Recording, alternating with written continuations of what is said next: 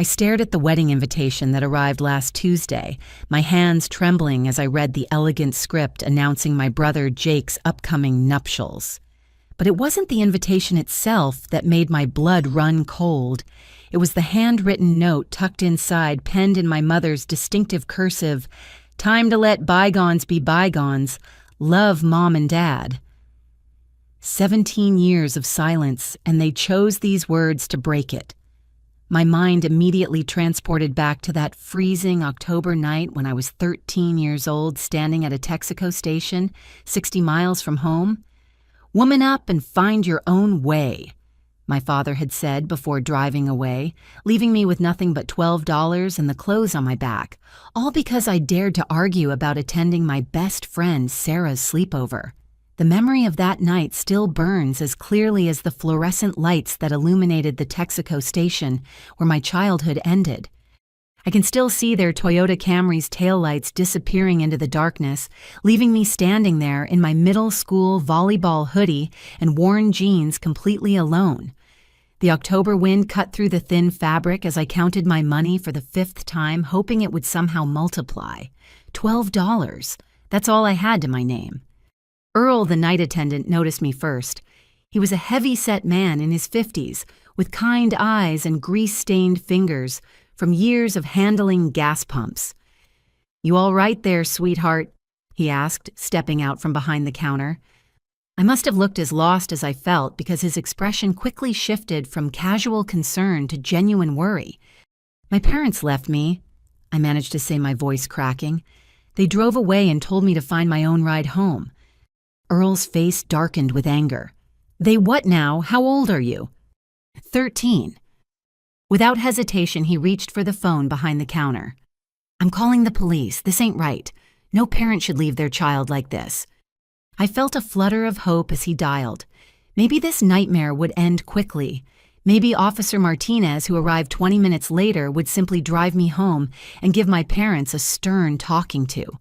But the moment he stepped out of his patrol car and saw me, something in his expression made my stomach drop. "You're Dulcie, right?" Officer Martinez asked, checking his notepad.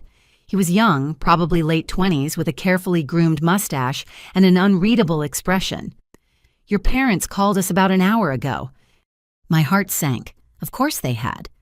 "They said you're a chronic runaway, that you make up stories about abuse for attention." He studied me carefully as if looking for signs of deception. "They mentioned you've done this 3 times before." "That's not true." The words exploded from me. "I've never run away. They left me here. Ask Earl. He saw me when they drove off." Earl shifted uncomfortably behind us. "Well, I didn't actually see them leave her. She was already here when I noticed her." Officer Martinez sighed, rubbing his temple. "Look, your parents have requested that you be taken to juvenile services for evaluation. They said you need professional help, that they've tried everything else." The world tilted. Juvenile services. Evaluation. I knew kids who'd been taken there, locked up for weeks or months, treated like criminals or mental patients. "No, please, I'm telling the truth. They planned this. They must have called ahead to set up this story." "That's exactly the kind of thing a troubled kid would say," Martinez replied, though I caught a flicker of doubt in his eyes. "Come on, let's go. We'll sort this out at the station." Panic flooded my system. I couldn't let them take me. I knew instinctively that once I was in the system labeled as a troubled runaway, my parents' version of events would become the official truth. "Can I use the bathroom first?" I asked, trying to keep my voice steady. Martinez nodded, gesturing toward the back of the station. "Make it quick." Earl had returned to the counter, avoiding eye contact with me as I passed. The bathroom was small and grimy, with a tiny window above the toilet. My heart pounded as I climbed onto the toilet seat, pushed open the window, and squeezed through. The drop to the ground was farther than I expected, and I landed hard on my ankle. But adrenaline pushed me forward as I limped into the darkness behind the gas station. I could hear Martinez calling my name, then Earl's voice joining in. Flashlight beams swept across the parking lot. I pressed myself against the cold metal of a dumpster, holding my breath as footsteps approached. They passed within 3 feet of me, but the shadows hid me well. For 2 hours, I remained frozen in place as they searched. I heard Martinez on his radio reporting that the runaway had fled again, confirming her parents' story. More patrol cars arrived. They searched the surrounding area methodically, but eventually gave up as the night grew colder. By the time the last patrol car left, it was past midnight. The gas station had closed Earl driving away in his pickup truck without a backward glance. I was completely alone injured, and now officially labeled as exactly what my parents had claimed, a troubled runaway who couldn't be trusted. The irony wasn't lost on me. By running from the police, I'd made their lies become truth. But what choice did I have? Let them lock me up based on my parents' word. Allow myself to be evaluated by doctors who'd already been told I was a liar. I slumped against the dumpster, finally allowing the tears to fall. The metal was ice cold against my back, and my ankle throbbed where I'd landed on it. The $12 in my pocket felt like nothing against the vast emptiness of my situation. No phone, no way to contact anyone who might help, and now the police would be looking for me as a confirmed runaway. The reality of what my parents had done began to sink in. This wasn't a spur-of-the-moment punishment or an empty threat meant to scare me. They had called ahead, crafted a story, created an official narrative that painted me as the problem. They had planned this abandonment with the same careful attention they gave to planning family vacations or holiday dinners. But why the question echoed in my mind as I shivered in the darkness? What kind of parents orchestrate their 13-year-old daughter's disappearance? What had I done that was so terrible? I'd argued about a sleepover, talked back a few times, gotten a B- in algebra. Normal teenage stuff that other kids did without being abandoned at gas stations. A rustling sound made me freeze. A rat emerged from beneath the dumpster, regarding me with beady eyes before scurrying away. I pulled my knees to my chest, making myself as small as possible. Somewhere in the distance, a train whistle blew lonely and mournful. I thought about Sarah, probably asleep in her warm bed, wondering why I hadn't shown up for the sleepover. Would she call my house in the morning? What would my parents tell her, that I'd run away? That I was getting help for my problems? Would anyone question their story? The temperature continued to drop. My volleyball hoodie, which had seemed warm enough when I'd left the house that afternoon, now felt like tissue paper against the wind. I spotted some cardboard boxes near the dumpster and grabbed them, trying to create some kind of shelter. The smell of rotting food made my stomach turn, but it was better than freezing. As I arranged the cardboard, a horrible thought struck me. What if this wasn't the first time they'd done this? My sister Emma had supposedly run away 5 years earlier when she was 15. I was only 8 at the time, too young to question the story. Emma had been troubled too, according to my parents. Always making up stories, seeking attention, causing problems. One day she was there, the next she was gone. We never heard from her again. The parallels were too obvious to ignore. Had Emma stood at some gas station too abandoned and afraid? Had she been labeled a runaway by police who'd been fed the same lies? Where was she now? The thought made me angry, and anger was better than despair. I wouldn't disappear like Emma. I would survive this, figure out what my parents were really doing, and find a way to expose them. But first, I had to make it through the night. I pulled the cardboard tighter around me, creating a small cave of sorts. My ankle had swollen, making it painful to move. Hunger gnawed at my stomach, but I couldn't risk going anywhere tonight. Tomorrow, I would figure out how to find food, water, shelter. Tomorrow, I would start learning how to survive. But tonight, I was just a 13-year-old girl sleeping behind a dumpster, abandoned by the people who were supposed to protect me. The stars above were hidden by clouds, and the darkness felt infinite. I closed my eyes and tried to imagine warmth, safety, home. But home was no longer a place I could return to. Home had driven away in a Toyota Camry, leaving me to woman up and find my own way. The cold had settled into my bones by 2 a.m, making sleep impossible. My makeshift cardboard shelter did little against the October wind that whistled through the alley behind the Texaco station. I was calculating how many hours until sunrise when I heard footsteps approaching. My body tensed, ready to run despite my swollen ankle. The police had returned, or worse, someone looking for an easy target. "You can relax," a voice said from the darkness. "I'm not going to hurt you." A figure emerged from the shadows. A teenage boy, maybe 16, carrying a worn backpack and a bundle of fabric. He had sandy hair that needed cutting and clothes that had seen better days, but his eyes were alert and surprisingly warm. "I'm Marcus," he said, keeping his distance to show he wasn't a threat. "Saw the police circus earlier. First time." I nodded, not trusting my voice. "Figured. You're doing it wrong." He gestured at my cardboard setup. "Wind's coming from the west tonight. You've got your opening facing right into it. Also, cardboard alone won't cut it. Here." He tossed me the bundle of fabric. It was a thick blanket army surplus by the look of it, with only a few holes. "Why are you helping me?" I asked, catching the blanket. Marcus shrugged, settling down a safe distance away. "Someone helped me my first night 3 months ago. Figured I'd pass it on." He showed me how to arrange the cardboard to block the wind properly, how to use the blanket to trap body heat. "What's your name?" "Dulcie." "How old?"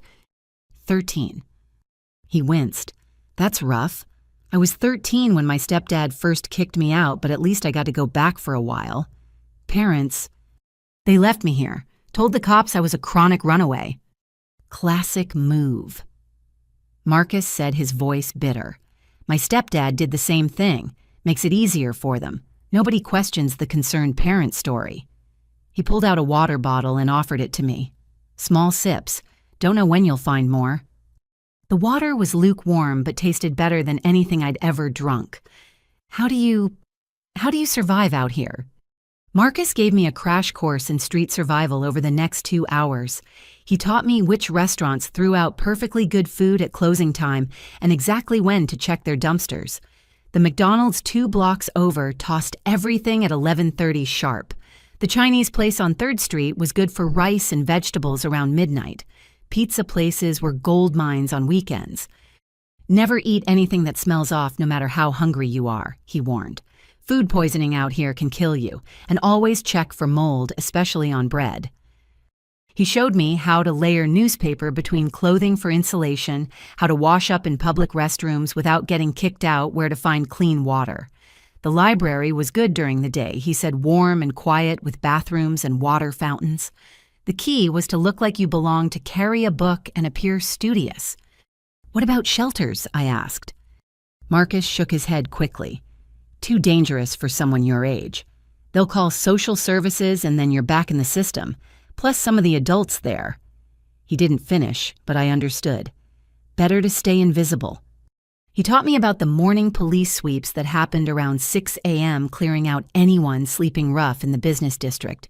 The safe zones were the industrial area by the river and the abandoned lots near the old factory, but those came with their own dangers. He explained the unwritten rules of the streets, the territories different groups had claimed, who to avoid and who might help. "There's a woman who runs a food truck on Tuesdays and Fridays," Marcus said.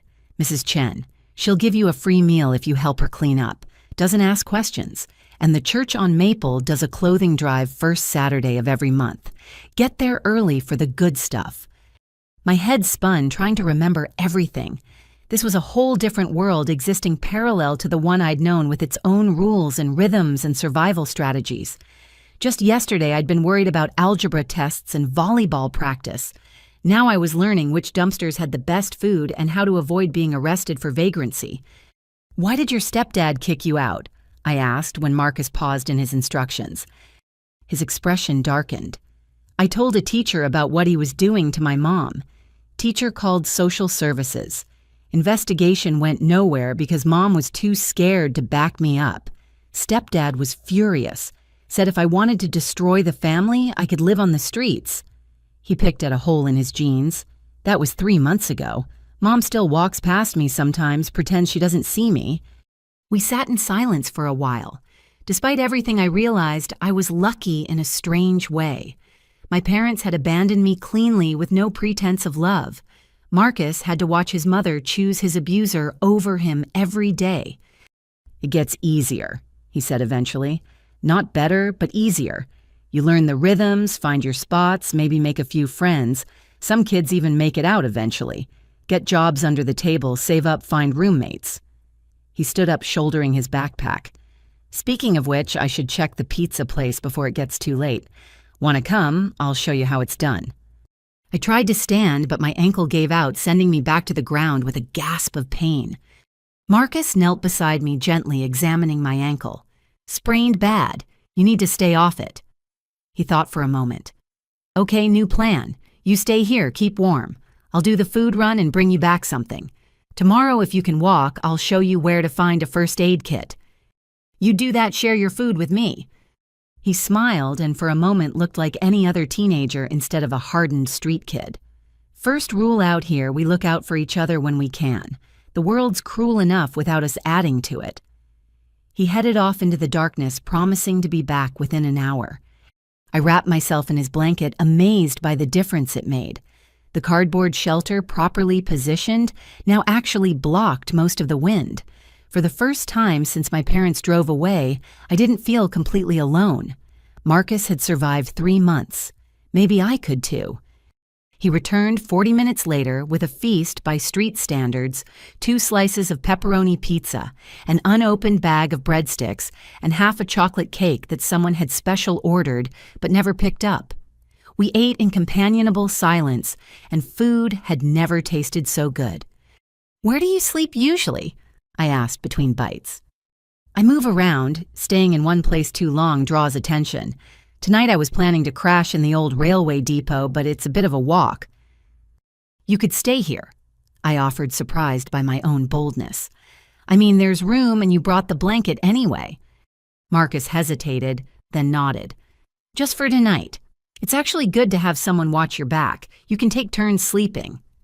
We arranged ourselves carefully in the shelter, maintaining appropriate distance, but sharing the warmth. Marcus took the first watch, insisting I needed rest for my ankle to heal. Despite everything, I felt safer than I had all night. Not safe exactly, but not completely vulnerable either. Marcus, I said into the darkness. Yeah. Thank you for everything. I don't know what I would have done. You would have figured it out, he said firmly. You're tougher than you think. All of us out here are. We don't have a choice. I dozed, fitfully waking every time a car passed or a sound disturbed the night. During Marcus's sleep shift, I kept watch like he'd shown me alert for any approaching danger. The night seemed endless, but eventually the sky began to lighten in the east. Marcus woke just before 5, instantly alert. I need to move before the sweeps start. You should too, once your ankle's better. He gathered his few belongings, quickly efficient from practice. Will I see you again? I asked, suddenly desperate not to lose this connection. Maybe. I'll check back here tomorrow night if I can. But Dulcie... He paused, looking uncomfortable. Don't depend on anyone out here, including me. People disappear. They get arrested, they move on, He didn't finish. Just be careful who you trust. He left me the blanket despite my protests. I've got another stashed, he said. Then he pulled out a crumpled piece of paper and wrote something on it. If you're ever in real trouble, go to this address. It's a drop-in center run by an ex-street kid. They won't call the cops, but only use it for emergencies. Then he was gone, melting into the pre-dawn darkness like he'd never existed. I tucked the paper carefully into my shoe and began the painful process of standing. My ankle was worse after the night's rest, swollen and purple, but I couldn't stay here. The police would return or Earl would find me when he opened the station. I limped slowly toward the library. Marcus had mentioned each step agony. The blanket was bulky but precious, my only possession besides the clothes I wore. The $12 remained in my pocket, untouched. Marcus had shown me how to survive without money, at least for now. As the sun rose over the city, I thought I knew. I realized I was seeing it with completely different eyes. Every doorway was potential shelter, every dumpster a possible meal, every police car a threat. I was no longer Dulcie, the 8th grader who worried about homework and friend drama. I was Dulce, the runaway, learning to survive in shadows I'd never known existed. By the time I reached the library, it was almost 6. I found a hidden spot behind some bushes to wait until opening time, wrapping the blanket around myself. My stomach was already growling despite the late-night pizza, and my ankle throbbed with each heartbeat. But I was alive. I was free, and I had knowledge I hadn't possessed 24 hours ago.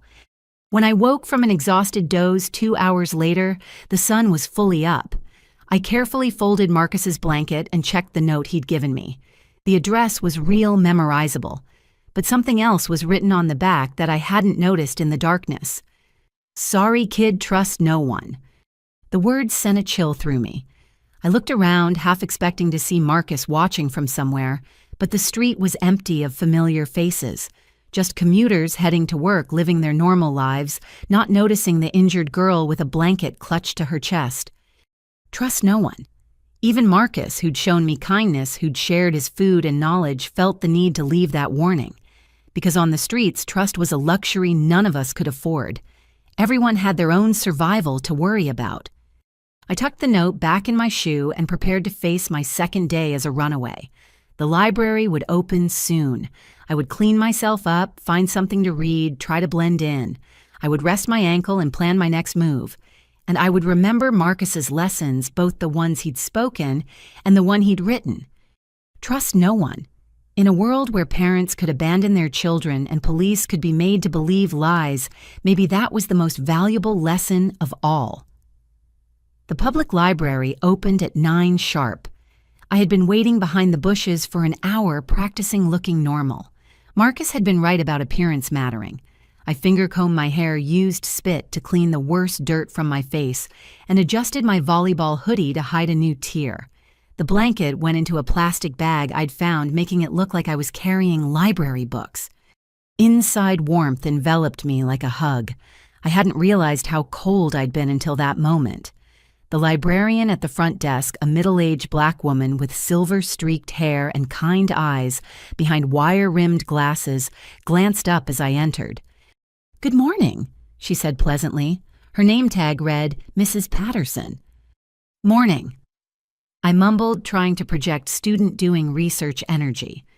I made my way to the young adult section, grabbing a random book about dystopian futures. Ironic, considering I was living my own dystopia. I found a corner table partially hidden by shelves and settled in. The chair felt like heaven after a night on concrete. For the first hour, I genuinely tried to read, but exhaustion made the words blur. I switched to pretending turning pages at regular intervals while actually watching the library's rhythm. Mrs. Patterson made regular rounds, straightening chairs and checking on patrons. A security guard did a loop every 30 minutes. The bathrooms were down a hallway, no cameras visible. By 11, I desperately needed those bathrooms. I left my book open to hold my place and limped down the hallway. Inside, I locked the door and finally saw myself in a mirror. The girl staring back looked like a stranger. Hair matted despite my efforts, dirt streaked on my cheek eyes, hollow with exhaustion. My ankle had swollen more, straining against my sneaker. I washed as thoroughly as possible with paper towels and hand soap. The hot water felt miraculous on my cold hands. I even managed to rinse my hair in the sink, though drying it with paper towels left it looking worse than before. But at least I was cleanish. Back at my table, I found Mrs. Patterson straightening nearby books. She glanced at my open book, then at me. Something flickered in her expression. "That's the 3rd time you've had that same page open," she said quietly. My heart stopped. I'd been careless, too tired to properly fake reading. "I'm studying it really carefully," I tried. She moved closer, lowering her voice. "Honey, I've been a librarian for 22 years. I know when someone's reading and when someone's just trying to stay warm." Her eyes took in my damp hair the way I favored my injured ankle. "Are you all right?" The kindness in her voice almost broke me, but Marcus's warning echoed trust no one. "I'm fine, just tired from staying up late studying." Mrs. Patterson nodded slowly. "Of course. Well, there's a reading nook in the back that's more comfortable. Quieter, too. Less foot traffic." She pointed toward a corner I hadn't noticed. "The history section. Nobody ever goes back there on weekdays." I understood the unspoken offer. a place to rest without being observed. Thank you. She started to walk away, then paused. The library serves free lunch to students in our after-school program at noon, in the community room. If you happen to be there, I doubt anyone would check whether you're officially enrolled. My empty stomach clenched with hope. That's good to know. Mrs. Patterson smiled and continued her rounds. I gathered my things and found the history section. She was right. It was perfect. High shelves created a private space with a comfortable chair and even a small table. I sank into the chair, elevating my injured ankle on my backpack. For the next hour, I dozed, fitfully startling awake whenever someone walked past. At 5 minutes to noon, I made my way to the community room. About a dozen kids were already there, mostly elementary age. Mrs. Patterson was setting out sandwiches and fruit. "Oh, good you made it," she said casually, as if I belonged there. "Help yourself. We always have extras." I took a turkey sandwich, an apple, and a juice box, trying not to seem too eager. The food was simple, but felt like a feast. I ate slowly, savoring each bite while the younger kids chattered around me. "You're new," a boy about 10 observed. "Just started coming," I said vaguely. "Cool. Mrs. P's the best. She lets us do homework here and everything." After lunch, I returned to my history nook. The food and warmth made me drowsy, but I forced myself to actually read this time, choosing a book about local history. If I was going to hide here regularly, I needed to blend in better. Around 2 o'clock, nature called again. This time, as I walked to the bathroom, I passed the computer area. On the community bulletin board, among notices for yoga classes and book clubs, I saw it. My school photo stared back at me from a missing person flyer. Runaway Dulcie Martinez, age 13, may be dangerous to herself or others. If seen, do not approach. Contact police immediately. The words hit like physical blows. Dangerous, do not approach. They'd made me sound like a criminal or a mental patient. My knees went weak. I tore my eyes away and continued to the bathroom, locking myself in a stall. Panic rose in my throat. How many of these flyers were out there? Had Mrs. Patterson seen it? Was she calling the police right now? When I emerged minutes later, Mrs. Patterson stood by the sink holding the exact flyer I'd just seen. "I thought so," she said softly. "Dulce Martinez." I backed toward the door, ready to run despite my ankle. "I'm not dangerous, I swear. They're lying about everything." "I know." Those 2 words stopped me cold. No. Mrs. Patterson locked the bathroom door and leaned against it. 25 years ago, I was 15. My parents didn't want a teenage daughter who asked questions, who had opinions, who wouldn't just smile and obey, so they had me committed, said I was troubled, violent, a danger to myself. Her voice was steady, but her eyes held old pain. I spent 2 years in that place. 2 years of medications. I didn't need treatments for illnesses I didn't have all because it was easier than dealing with a real daughter. "How did you get out?" "Turned 18. They couldn't hold me anymore. But those 2 years are on my record forever. Made getting jobs, apartments, everything harder." She folded the flyer carefully. "When I finally built a life, became a librarian, I swore I'd watch for kids like us. The ones labeled troubled when their only trouble is the adults who should protect them. So you'll help me." "I'll do what I can, but we need to be smart about it." She thought for a moment. "There's an old storage room in the basement. Used to be the children's section before we renovated. Nobody goes there now.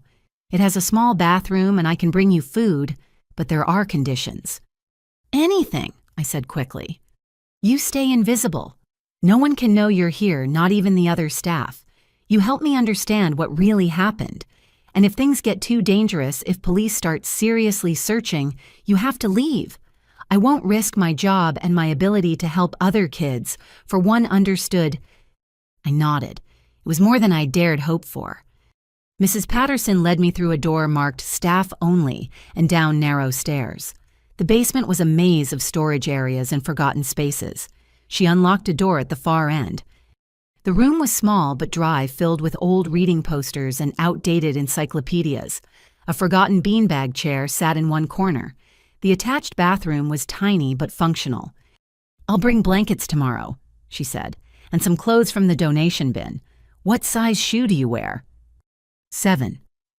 Same as my niece. I'll see what I can find. She paused at the door. Dulcie, I need to know. Why did they do this to you? I told her everything.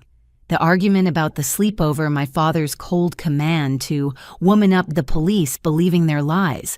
Then hesitantly, I mentioned Emma. Mrs. Patterson's face went very still. You had a sister who disappeared, also labeled a runaway. 5 years ago, she was 15.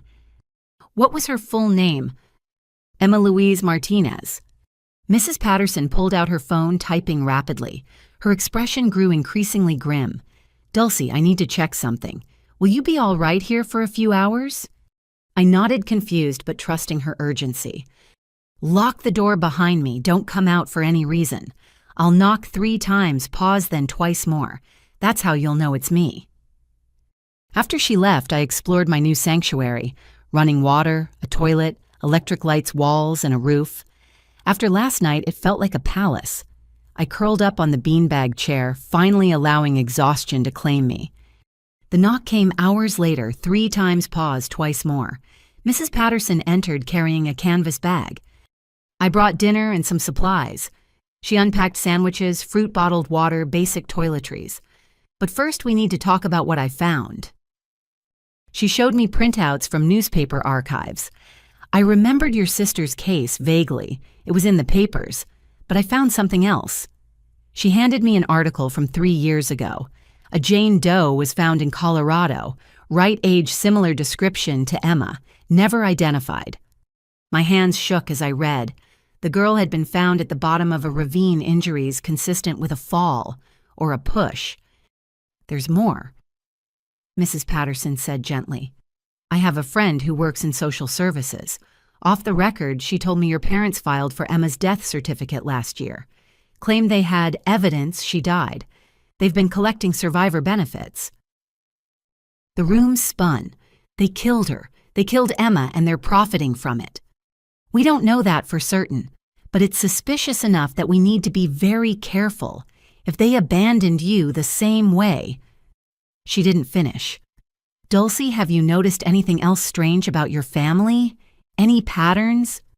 I thought hard, then remembered. My dad's sister, Aunt Maria. She supposedly moved to Mexico when I was little, but she and my dad had been fighting about my grandmother's will. Mrs. Patterson made another note. Tomorrow I'll do more research. For now you need rest and food. Eat then sleep. We'll figure this out, but it's going to take time. After she left, I sat in my small room processing everything. My parents weren't just cruel or neglectful, they were something far worse. And Emma... I couldn't think about Emma without feeling sick. But I wasn't alone anymore. Mrs. Patterson had been where I was, had survived and built a life. She was proof that the label they stuck on us didn't have to define us. I had shelter and ally and the beginning of answers. I thought about Marcus's warning, trust no one. But sometimes you had to take calculated risks. Mrs. Patterson had trusted me with her story. I would trust her with my life, at least for now. That night, sleeping on a pile of old reading rugs instead of behind a dumpster, I dreamed of Emma. She was calling my name, reaching out to me across a vast canyon. I woke with tears on my face and a terrible certainty that my sister had been trying to warn me that last night before she disappeared. I'd been too young to understand. But I understood now, and I would find out exactly what happened to her, what my parents had done, and why.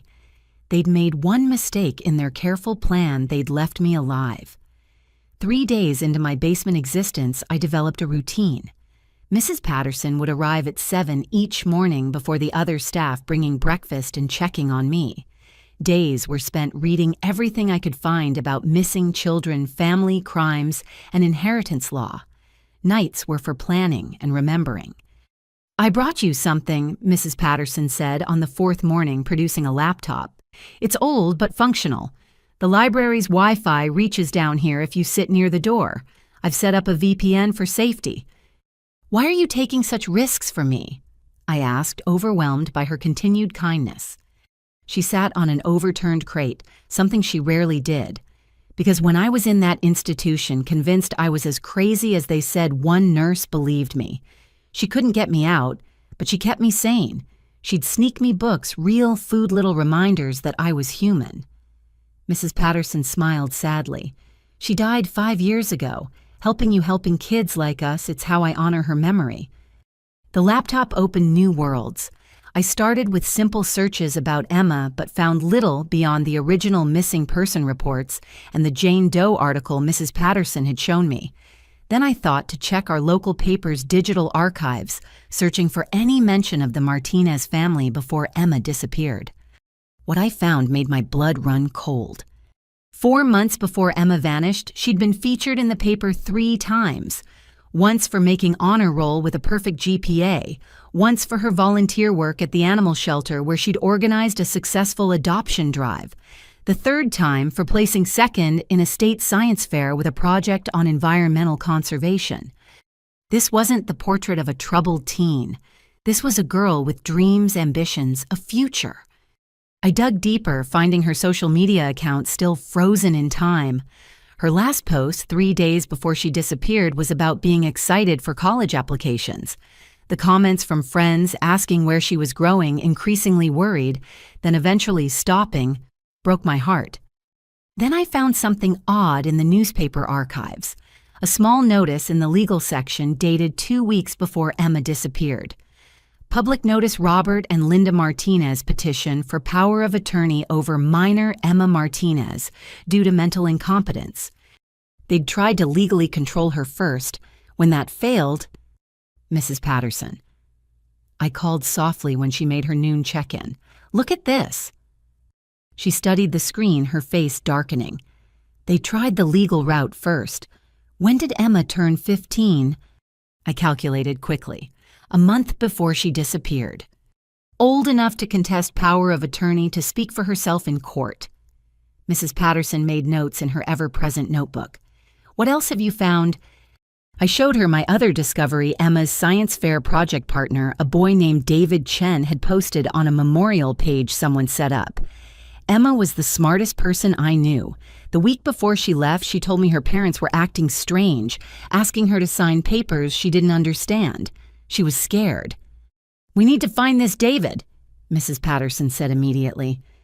"I already did. He's a sophomore at State University now, majoring in engineering. His contact info is on the school website." Mrs. Patterson looked impressed. "You're quite the investigator. What else?" I pulled up the oldest file I'd found. This is from 8 years ago. My Aunt Maria, my dad's sister. The article was about a car accident. Maria Martinez had driven off a cliff during a family visit to the mountains. She was 22, recently engaged, and had just inherited a significant sum from their grandmother. "Another accident," Mrs. Patterson murmured. "Any witnesses?" "Just my parents. They were supposedly following in another car but lost sight of her on the winding roads." The pattern was clear now. Anyone who stood to inherit money, anyone who might challenge my parents' control, met with accidents or disappeared. How many others were there? How long had this been going on? "I need to check something," I said, fingers flying over the keyboard. I accessed genealogy websites, public records, building our family tree. What emerged was horrifying. In the past 15 years, 5 members of the Martinez extended family had died young or disappeared. All had been in line for inheritances. All had been last seen with or near my parents. Each death was explained away: accident, suicide, runaway. Never murder. They're serial killers. I whispered the words, feeling unreal. My parents are serial killers who target their own family. Mrs. Patterson gripped my shoulder. "We need to take this to someone. This is beyond what we can handle alone. Who'd believe us? I'm a runaway with mental problems. Remember, any accusation I make will be dismissed as delusion." She paced the small room. "There has to be—" "Wait." She grabbed her phone. "I know someone. A private investigator who specializes in cold cases. He helped my friend find her birth parents. Let me make a call." While she stepped outside, I continued searching. I found insurance documents poorly hidden in online caches. My parents had life insurance policies on Emma, on me, on Jake. Emma's had already paid out. Mine was worth $200,000 with my parents as beneficiaries. My hands shook as I screenshot everything, emailing copies to 3 different anonymous accounts I'd created. If something happened to me, at least there'd be a trail. Mrs. Patterson returned, looking grim but determined. "He'll help. Tom Bradley, the investigator. He's actually been looking into your family already." "What, why?" "Another family hired him. Their daughter dated your brother Jake 2 years ago. She broke up with him, and 2 weeks later fell down a flight of stairs. Survived, but barely. She insists she was pushed, but couldn't prove it." Jake. My brother, who'd always seemed so normal, so distant from our parents' coldness. Was he part of this too? "When can I meet him?" I asked. "Tomorrow night. He'll come after the library closes. Dulcie." Mrs. Patterson sat beside me. "You're very brave. But this is dangerous. These people, your parents, they've apparently killed before. If they realize you're investigating them..." "They already tried to get rid of me," I pointed out. "But they made a mistake. They didn't stick around to make sure I disappeared like the others." That night, I lay awake thinking about Emma. Her last night at home, did she know she was in danger? Had she tried to warn me I was only 8, too young to understand if she had? But I remembered her hugging me extra long, telling me she loved me, making me promise to be good. She knew. Somehow she knew she wasn't coming back. I opened the laptop again, unable to sleep. This time I searched for Emma Martinez plus Colorado, plus the date range of the Jane Doe discovery. Buried in a hiking forum was a post that made my heart race. "Strange encounter on Bear Peak Trail," it read. "Saw a family arguing near the cliff edge. Teen girl seemed scared, kept trying to back away while her parents grabbed at her. Would have intervened, but they saw me and immediately acted normal, all smiles. Got bad vibes." This was around 3 p.m. on October 15th. October 15th, the day Emma disappeared. I screenshot it, added it to my growing file. One witness, one person who'd seen something wrong. It wasn't enough for court, but it was validation that my instincts were right. By morning, I'd compiled a 20-page document with every suspicious death, every insurance payout, every piece of evidence I could find. Mrs. Patterson found me asleep at the laptop, my face pressed against the keyboard. "You need to pace yourself," she said gently, bringing breakfast. "This isn't a sprint." 17 years, I said. "They've been doing this for at least 17 years. How many people have died? How many families destroyed? And everyone just believed them because they're good at playing the grieving relatives." "Not everyone," Mrs. Patterson reminded me. "That hiker had suspicions.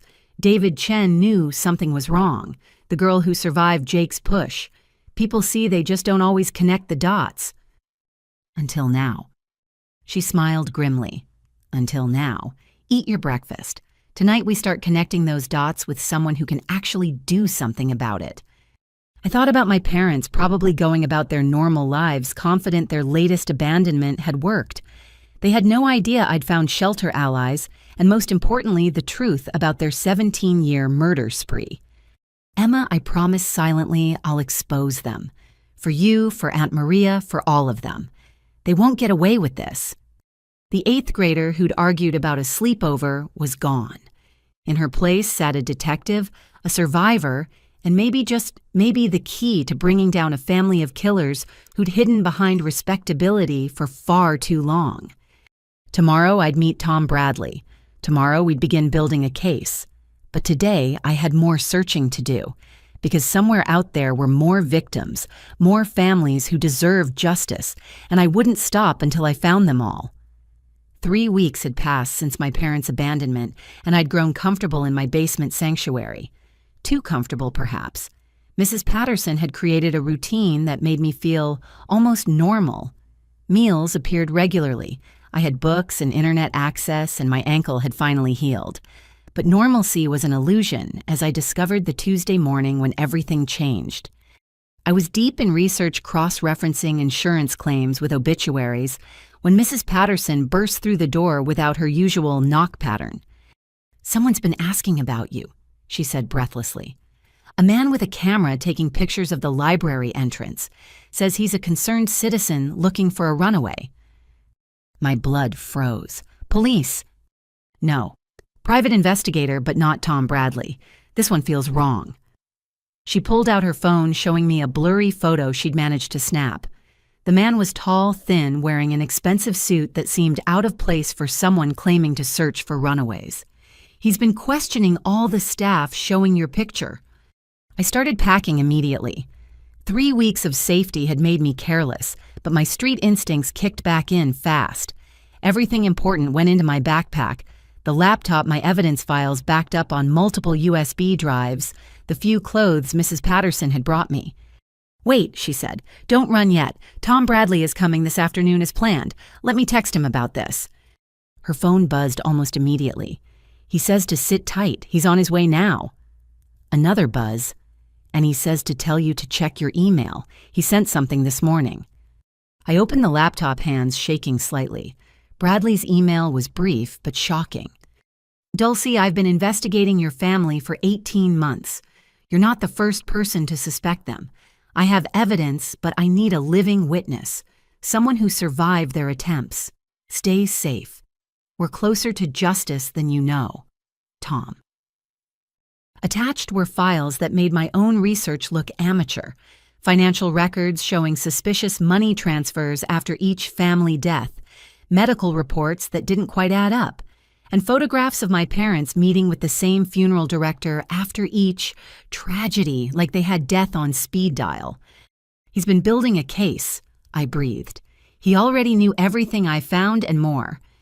Mrs. Patterson's phone rang. She answered, her face going pale.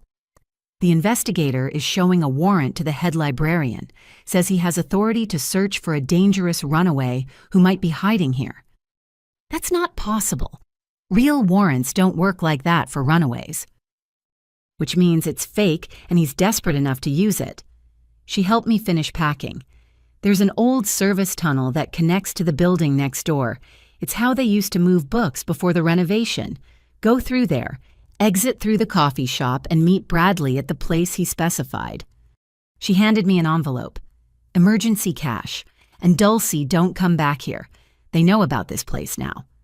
We hugged quickly, both of us aware this might be goodbye forever.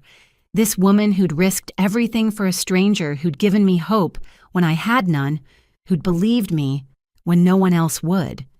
"Thank you," I whispered, "for everything." "Make them pay," she whispered back. "For Emma. For all of them." The service tunnel was narrow and dusty, clearly unused for years. I crawled through darkness, following Mrs. Patterson's directions, until I emerged in a storage room that smelled of coffee beans. The shop was busy, easy to slip through unnoticed, but as I pushed out onto the street, I spotted him immediately, the thin man from Mrs. Patterson's photo, standing across from the library entrance, watching. I pulled up my hood and walked the opposite direction, forcing myself not to run. 3 blocks away, I ducked into an alley to catch my breath and check Bradley's instructions. We were to meet at a diner on the east side somewhere my parents' investigator hopefully wouldn't think to look. The journey took an hour, using every technique Marcus had taught me. Double backtake, unexpected turns, use reflections to check for followers. By the time I reached Mabel's 24-hour diner, I was confident I'd lost any tail. Tom Bradley wasn't what I expected. Instead of the grizzled film noir detective, I'd imagined he was clean-cut, mid-40s, looking more like an accountant than someone who investigated murders. He sat in a corner booth, positioned to see all entrances.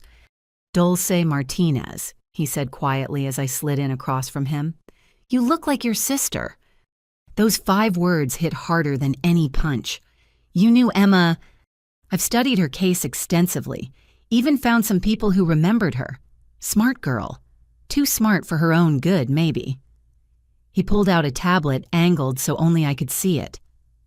"Before we start, I need you to know something. I'm not just investigating your family for clients. This is personal."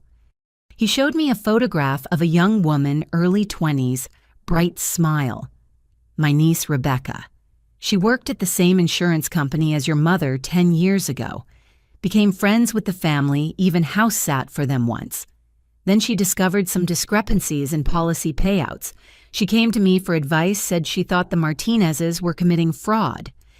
What happened to her? His jaw tightened. Carbon monoxide leak in her apartment 2 days after she talked to me. Investigators ruled it accidental, a faulty heater. But Rebecca was meticulous about safety. She'd just had that heater inspected the week before. Another victim, another accident. How many more were out there? So you've been investigating them ever since? On and off, but carefully. Your parents are connected, have friends in useful places. Every time I got close to something concrete, witnesses would disappear or change their stories. He locked eyes with me. Until now, you're the first person to survive their attempt and stay free long enough to gather evidence. That makes you invaluable and incredibly endangered. He flipped through screens on his tablet, showing me his files. They were extensive financial forensics, showing how my parents had accumulated wealth through insurance payouts and inheritances. Photographs of them at casino resorts and on luxury vacations, always shortly after a family member's death. Records showing they'd consulted with estate lawyers before each accident. But here's what really caught my attention. Bradley continued pulling up a complex chart. The pattern of deaths, it's not random. They target specific people at specific times, always related to inheritance milestones. Your Aunt Maria was killed just before her trust fund fully vested. Emma disappeared right before she could access her college fund, which reverted to your parents. I was supposed to disappear before turning 14. I finished. Why 14? Your grandmother's will has a provision. Any grandchild who dies or is declared legally incompetent before age 14 has their share redistributed to the surviving family members. After 14, the inheritance is locked in, only accessible at 21. My birthday was in 3 months. They'd tried to eliminate me just in time. There's more, Bradley said. That investigator looking for you, his name is Marcus Webb. He's not really a private investigator. He's a fixer. Someone rich people hire to clean up messy situations. They hired him to finish what they started. Most likely. Which means they know you're alive and talking to someone. He closed the tablet. Dulcie, I have enough evidence to take to the FBI, but it's all circumstantial. I need direct testimony, someone who can connect the dots for a jury. But testifying means coming out of hiding, facing them in court. It means risk. And if I don't? They keep killing. Your cousins, second cousins, anyone who might inherit, and they'll never stop hunting you. He leaned forward. But if we do this right, if we're smart about it, we can end this. All of it. A waitress approached and we ordered food I didn't taste. My mind raced with possibilities and dangers. Trust no one, Marcus had said. But I was already trusting Bradley with my life. How do we do it? I asked finally. First, we need to get you somewhere safe. I have contacts in the U.S. Marshals who run witness protection. Not official WITSEC, but a safe house while we build the case. Second, we need more evidence. The FBI will want everything airtight before moving against people with your parents' connections. And Jake, my brother, Bradley's expression darkened. Jake is complicated. I have evidence he's been involved in at least 2 attempts, including the girl who hired me initially. But recently, he pulled up another file. He's been making large donations to homeless shelters and runaway programs. Either he's building a charitable cover story or he's guilty, I said. Jake had always been distant but never cruel. Could guilt have changed him? Possibly. We'll need to be careful around him. Bradley signaled for the check. For now, let's get you to the safe house. We'll have time to plan once you're secure. We left separately, him first, me, 5 minutes later.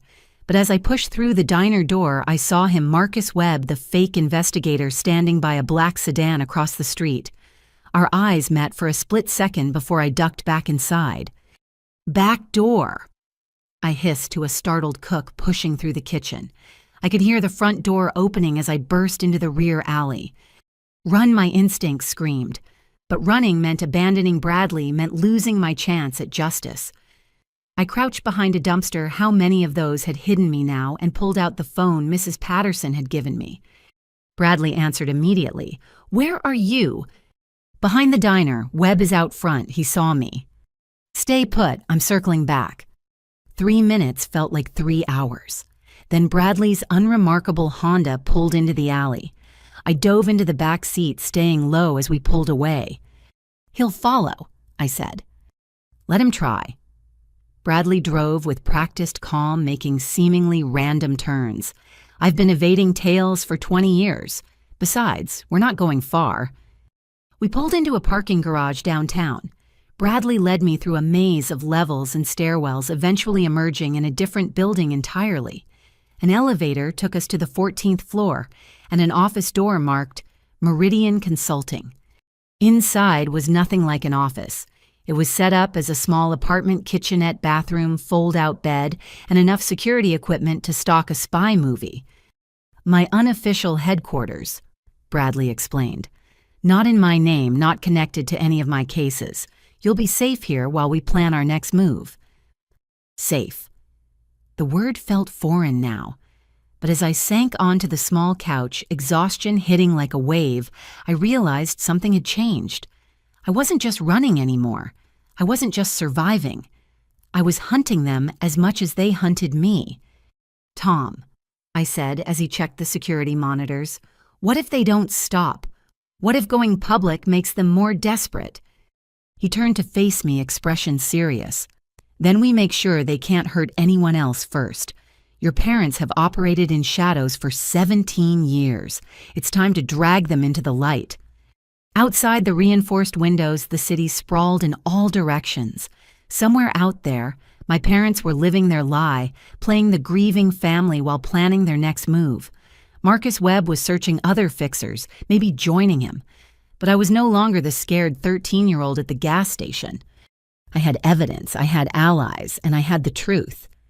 It would have to be enough. The safe house became my world for the next week. Bradley had thought of everything: encrypted computers, secure phone lines, enough food for a month. But isolation weighs heavy when you're 13 and processing the fact that your family are murderers. I threw myself into the work helping Bradley organize evidence, creating timelines, preparing for whatever came next. It was Thursday evening when everything shifted again. I was reviewing financial records when an alert popped up on the computer Bradley had configured to monitor my old social media accounts.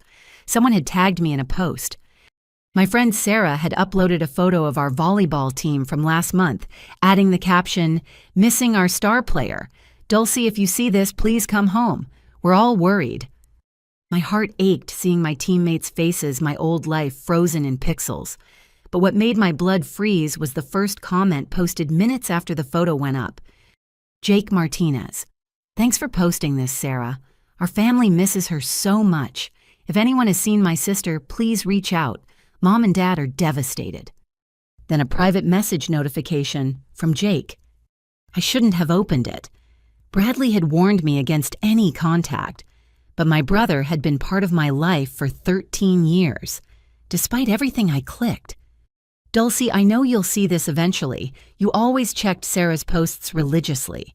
We need to talk. I know you're scared and you have every right to be, but there are things you don't understand. Things about our family that go deeper than you know. I'm at the old warehouse on Pier 47 every night this week from 10 to midnight. Come alone. Don't tell whoever is helping you. This is between family. Jake." I stared at the message, my mind racing. It could be a trap. It probably was a trap. But what if Jake knew something crucial? What if he wanted out too? Bradley was meeting with his FBI contact tonight.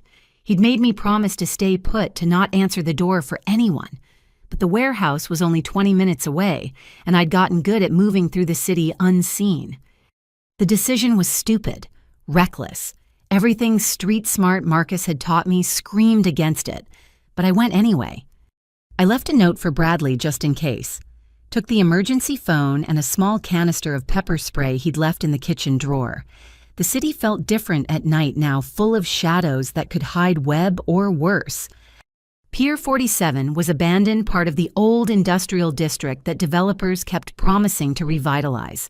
The warehouse Jake specified was a hulking structure of rust and broken windows. Every instinct I had screamed danger, but I pushed forward. Jake stood in a pool of light from a camping lantern, looking older than his 20 years. He'd lost weight, dark circles shadowing his eyes. When he saw me, his face crumbled with what looked like genuine relief. "Dulcie, God, you're okay. You're really okay." He started toward me, but I held up a hand. "Stay there, talk from there." He stopped, nodding sadly. "Smart. You were always the smart one. Smarter than me, anyway." "Did you kill Emma?" The question erupted without planning. "Were you part of it?" Jake's legs seemed to give out. He sank onto a crate, head in his hands. "I didn't kill her, but I might as well have. I knew. The night before she disappeared, I knew what they were planning." "And you didn't warn her?" "I was 15. The words echoed through the empty space. "I was 15 and terrified, and they said if I warned her, I'd be next, that accidents could happen to anyone who didn't understand family loyalty." "So you let them murder our sister?" "I've lived with it every day since. The nightmares, the guilt. Do you know why I really wanted to meet—" He looked up, tears streaming down his face. "To give you this." He pulled out a small digital recorder. "I've been recording them for 2 years. Every conversation about family business, every planning session. I couldn't save Emma, but maybe I can save you." My hand shook as I took the device, maintaining my distance. "Why now? Why not give this to police earlier?" "Because I was a coward. Because I benefited from their crimes even as I hated them for it. The cars, the college tuition, the trust fund, all blood money. But when they abandoned you—" His voice broke. "You were just a kid. Emma was at least a teenager, but I couldn't let them do it again." "Is that why you've been donating to runaway shelters?" His head snapped up. "How did you know about that?" "I have help. People who've been investigating our parents for years." "Good. That's good." He wiped his eyes. "Listen, there's something else. Something about why they do this. It's not just money, though, that's part of it. Our grandmother, Dad's mom, she wasn't just wealthy. She knew things about the family history, dark things. She kept journals, documented everything. Dad and Mom aren't the first in our family to cull relatives." My stomach churned. "What? It goes back generations. Some twisted family tradition about keeping the bloodline strong by eliminating the weak, the ones who might talk, who might break the cycle. Grandma tried to stop it by spreading the inheritance wide, making it harder to consolidate power, but that just gave them more targets. Where are these journals?" "That's what I'm trying to find. Emma was looking for them before they killed her. She left notes in code places she'd searched. I've been following her trail." He stood slowly. "Dulcie, they're getting desperate. Hiring Webb was just the start. They know you're out there building a case. They're planning something bigger." "How do you know?" "Because they asked me to help, wanted me to use my connection with Sarah to track you down. I've been stalling, but—" He pulled out his phone, showing me a text thread. "They're threatening her now. Said if I don't produce results, my girlfriend might have an accident." "Sarah's not your girlfriend." "They don't know that, but she's still in danger because of her connection to you." He pocketed the phone. "You need to know about the wedding." I'd almost forgotten about the wedding invitation that started this journey. "Your wedding?" "It's not real." "Well, Amanda's real, but the wedding is a trap. They know you'll come, or at least make contact. Every relative who might oppose them will be there. One location, one event." He didn't need to finish. "They're planning a mass murder. Nothing that obvious, but accidents happen at destination weddings. Food poisoning, boating mishaps, car crashes on winding roads. They've already scouted locations with lots of potential for tragedy." He pulled out a folder. "Here. Everything about the wedding plans the guest list who they consider threats. Take it to whoever's helping you." I took the folder, mind reeling. A family tradition of murder, generations of culling the weak, and now a wedding designed as a killing field. Jake, come with me. We can protect you. He shook his head. If I disappear, they'll know you have inside information. I'm more useful playing along for now. Besides, he gestured to the warehouse around us. This isn't the only copy of those recordings. I've hidden dozens. If something happens to me, they'll surface. Don't be a hero. Look what happened to Emma when she tried to stop them alone. I'm not alone anymore. You're out there building a case. Just be careful, Dulcie, and know that I'm sorry. For everything. For not protecting Emma, for benefiting from their crimes, for being too weak to stop them sooner. A sound from outside made us both freeze.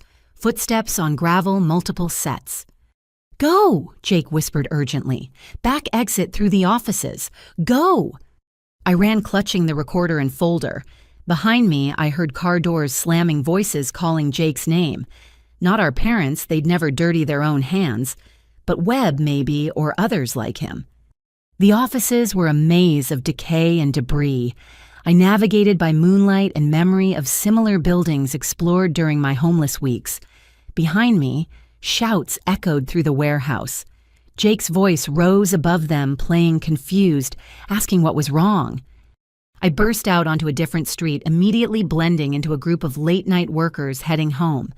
My hands shook as I texted Bradley. Coming back, have information, being followed. His response was instant. Stay public, main streets only. I'm sending help.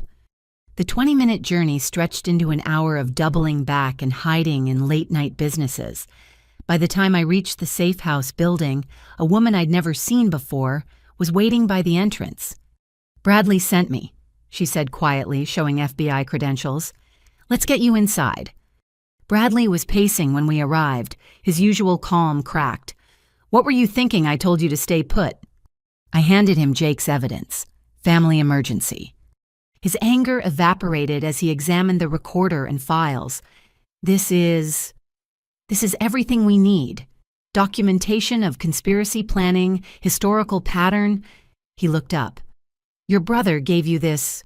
He's been collecting it for 2 years, living with the guilt of Emma's death. I collapsed onto the couch, exhaustion hitting hard. Tom, it's bigger than we thought. This isn't just my parents. It's generational. A family tradition of murder. Bradley sank into a chair, processing. That explains the sophistication. They learned from their parents who learned from theirs. Refined techniques established networks, inherited connections to fixers and corrupt officials. And now they're planning to use Jake's wedding to eliminate multiple targets at once. Not if we stop them first. He pulled out his phone. This recording combined with what we already have is enough. I'm calling my FBI contact. It's time to make this official. As he made the call, I thought about Jake in that warehouse. My brother, who'd carried the weight of Emma's death for 5 years, who'd finally found the courage to act even if it came too late for our sister. The recorder contained hours of content. Bradley and I listened to snippets while waiting for the FBI. My parents' voices casual as they discussed murder, like others discussed grocery lists, planning accidents, comparing methods, even laughing about past successes. One conversation made me physically ill. My mother describing Emma's final moments. She actually thought we were taking her to look at colleges, even thanked us for supporting her dreams, right up until Robert pushed her. My father's response, the grateful ones are always easiest. They never see it coming. By dawn, our safe house was full of federal agents. Bradley's contact, Special Agent Rivera, had brought a team specializing in organized crime and murder-for-hire conspiracies. They took my statement, made copies of everything, began planning their approach. We'll need you to testify, Rivera told me. Your direct testimony combined with this evidence will ensure convictions, but we'll protect you. Official witness protection this time. What about Jake? He's still with them, pretending everything's normal. We'll extract him carefully. Can't tip our hand too early. She studied the wedding files. This gives us an opportunity. If they're planning something at the wedding, we can catch them in the act. You want to use the wedding as a trap. Sometimes the best way to catch predators is to let them think they're hunting. I thought about all the relatives on that guest list marked for death because they might inherit something. All potential victims of a tradition that had claimed who knows how many lives over generations. Do it, I said, but get everyone out safely. Rivera smiled grimly. That's the plan. Your family's killing days are over. As the agents worked, I stood by the window watching the city wake up. Somewhere out there, my parents were planning murder. Jake was playing a dangerous game. Mrs. Patterson was probably worried sick. And Marcus, the homeless teen who'd taught me to survive, was still on the streets, unaware his lessons had helped bring down a dynasty of killers. The scared 13-year-old was gone. In her place stood a survivor who'd helped expose a conspiracy spanning generations. Emma would have justice. All of them would. The hunt was almost over, but the hardest part, facing them in court telling the world what my family really was, still lay ahead. The FBI operation required patience. While they built their case and planned the wedding trap, I remained in protective custody. 3 weeks of debriefings, recorded testimonies, and careful preparation.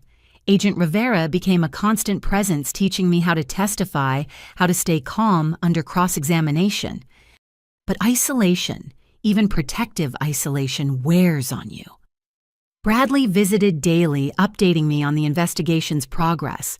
My parents continued their normal routines, unaware their every move was being watched.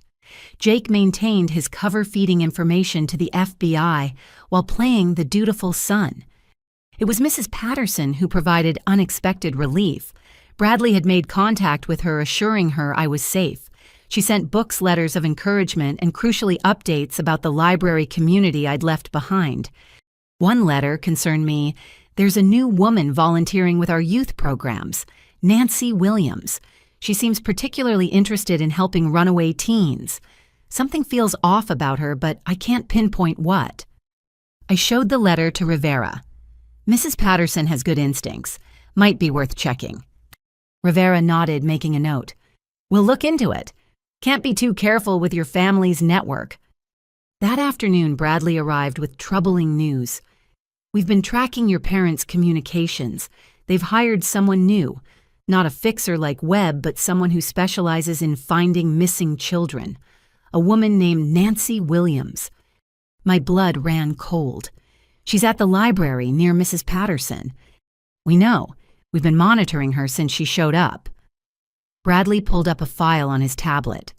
Nancy Williams doesn't exist before 6 months ago. The identity is completely fabricated. But we tracked her real name, Nicole Vance. She runs what looks like a foster home for troubled teens. Looks like. No official licensing, no government oversight, and teens who go there have a tendency to disappear. The room spun, another predator hunting vulnerable kids, but this one was connected to my parents somehow. Rivera took over. We've been investigating similar operations. There's a network of these fake foster homes all connected to wealthy families who need problems to disappear. Kids who might inherit money, who might talk about family secrets, who might testify against relatives. My parents hired her to find me. More than that, we intercepted communications suggesting they hired her to make sure you never surface again, permanently.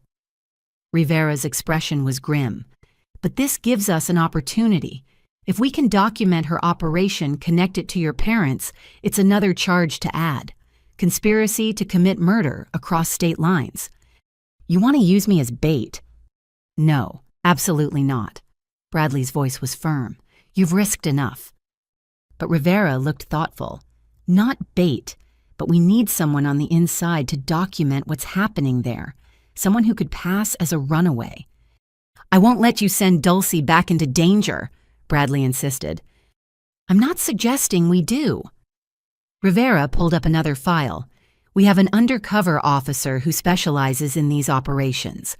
Officer Kim Chen, 22 but looks 16. She's extracted dozens of kids from trafficking situations. Let me help, I said. Both adults turned to stare at me. Not go inside, but help plan. I know how runaways think what would seem believable. I can help her prepare." They exchanged glances, then Rivera nodded. "Actually, that could be valuable. You've lived it. You know what details would ring true or false." Over the next 2 days, I worked with Officer Chen. She was petite and tough, with eyes that had seen too much despite her youth.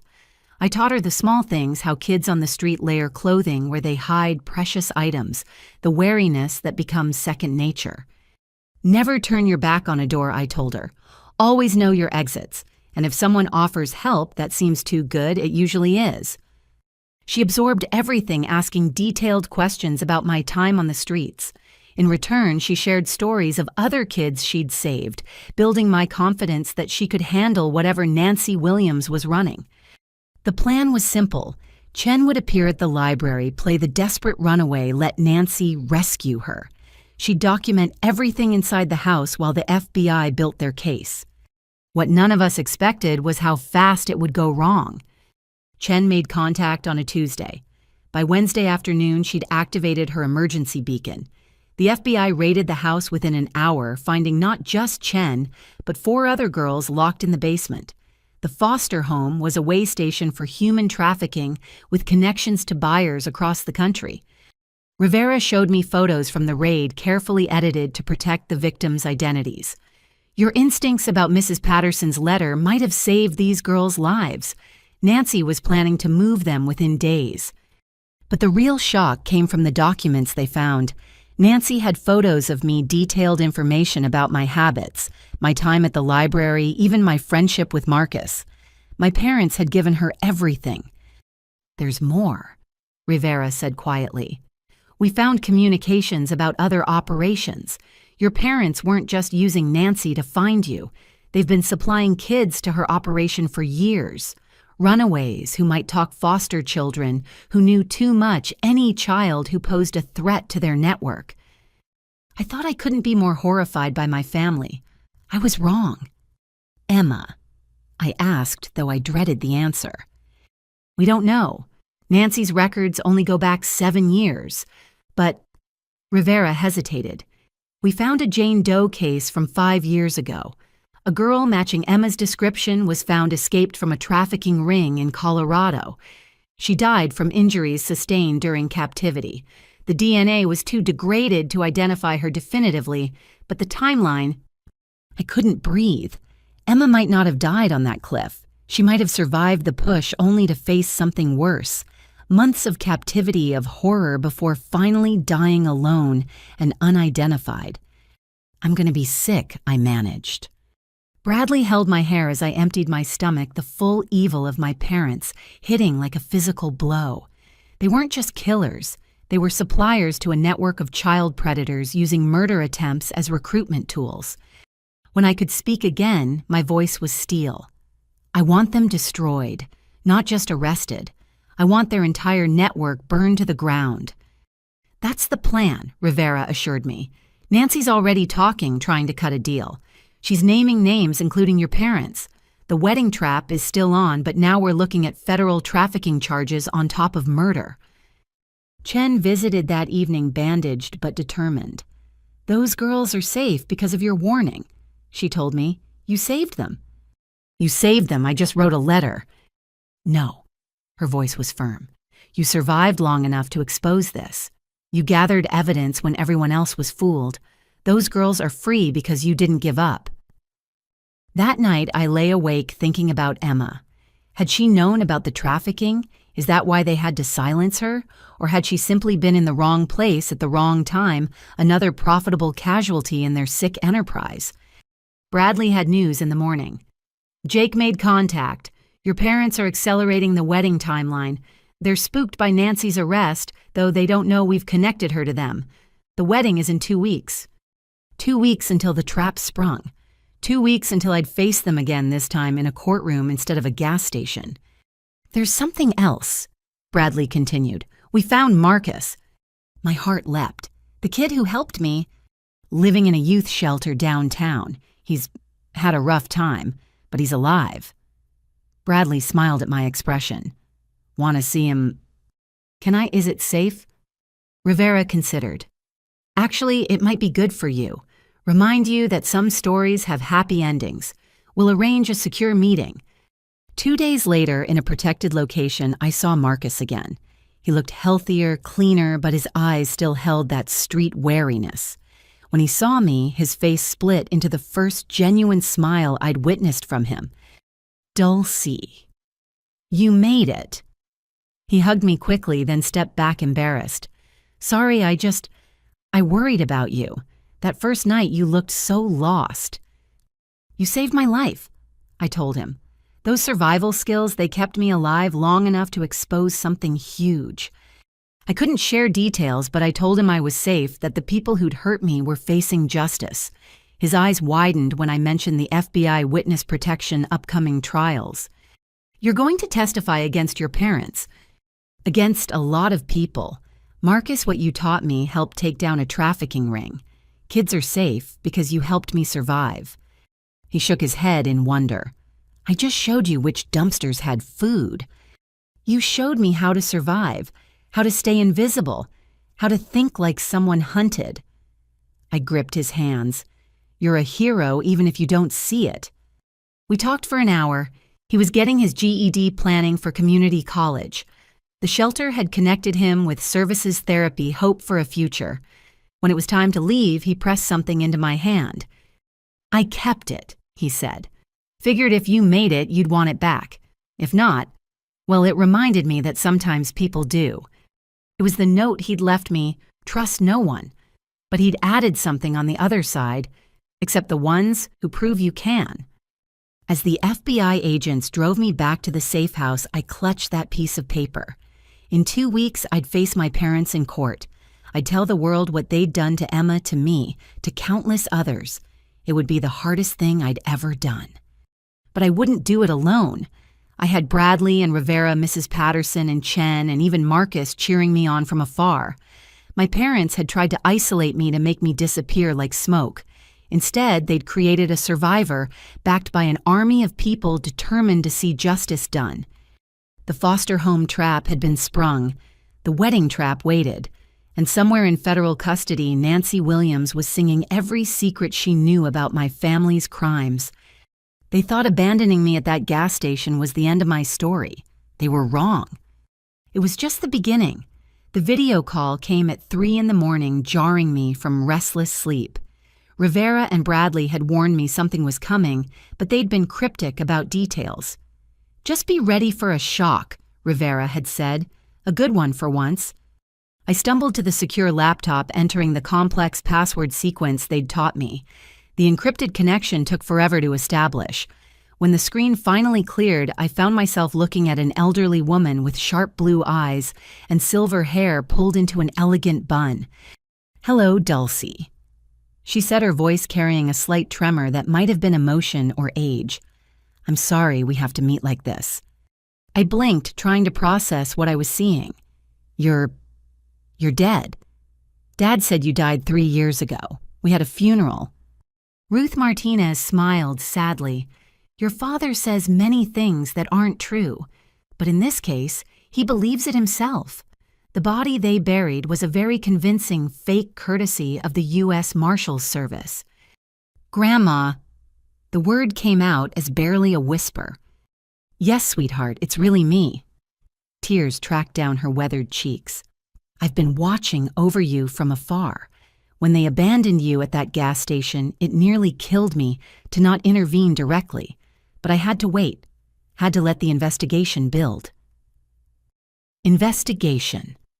How long have you known what they were doing? Ruth's expression hardened. I suspected after Maria died. My daughter was too careful a driver to simply plunge off a cliff, but I had no proof.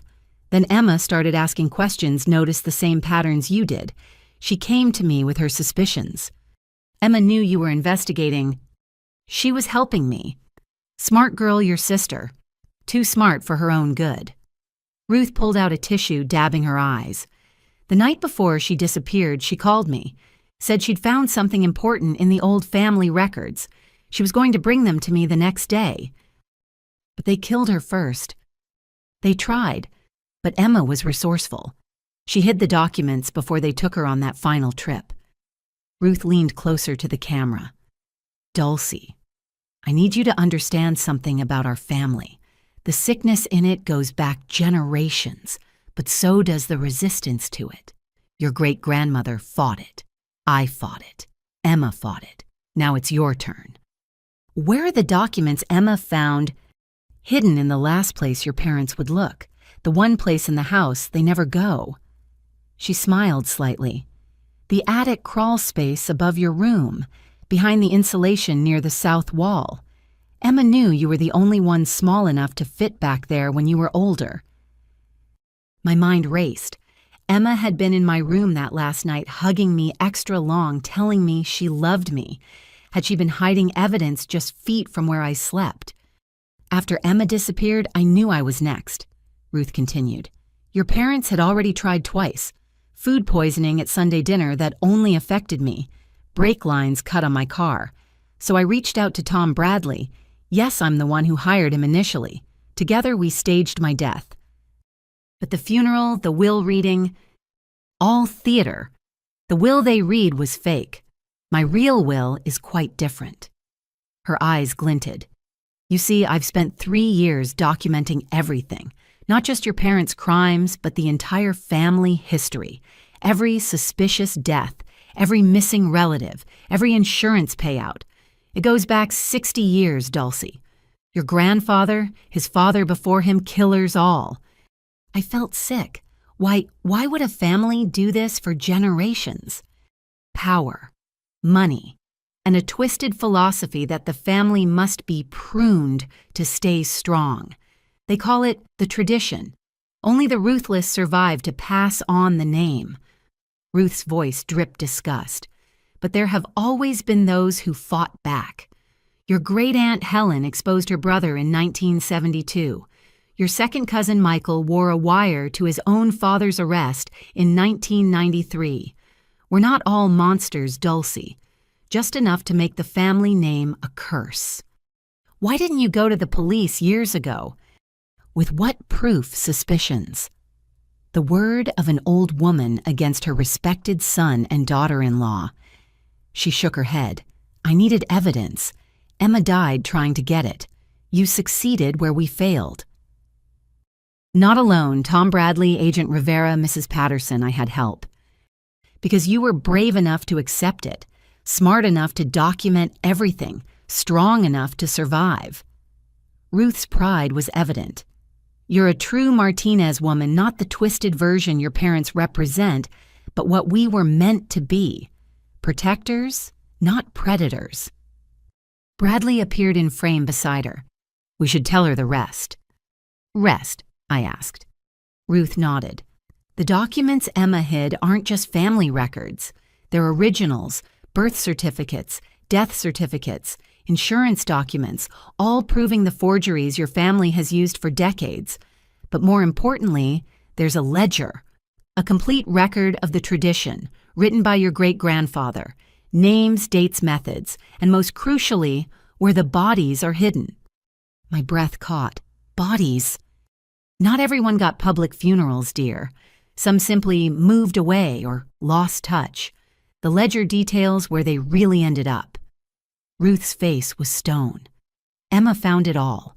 That's why they had to silence her immediately. If we could get that ledger, it would prove conspiracy going back generations, show pattern and practice, turn individual murders into organized crime. Bradley leaned forward, but we can't legally enter the house to search. Unless I invited you, I said slowly. It was my home, too, my room. Rivera must have been listening because her voice came through the speakers. Absolutely not. We're not sending you back into that house. You wouldn't be sending me. I'd be choosing to go. The plan formed as I spoke. My parents don't know I'm cooperating with you. What if I appeared to break from protective custody, showed up at home playing the prodigal daughter?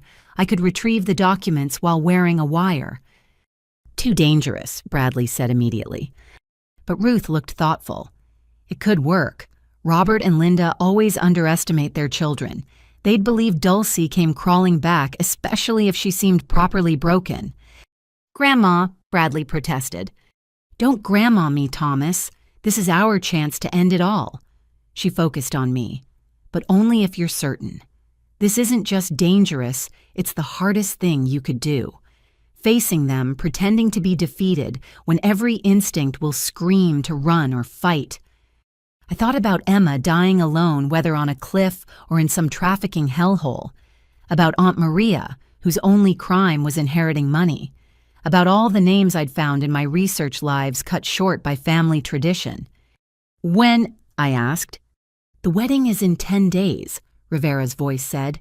"If you're going to do this, it needs to be soon. We need time to analyze whatever you find."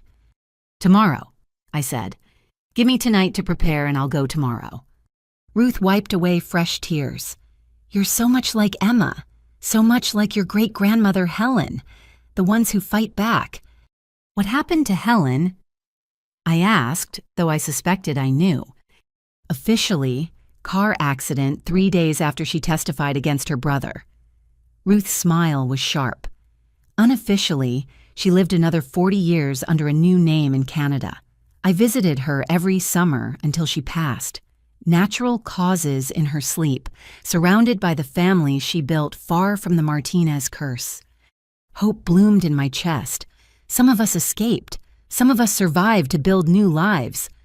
"Dulce," Ruth said softly, "whatever happens, know that I love you, that Emma loved you, that there is good in our bloodline worth saving."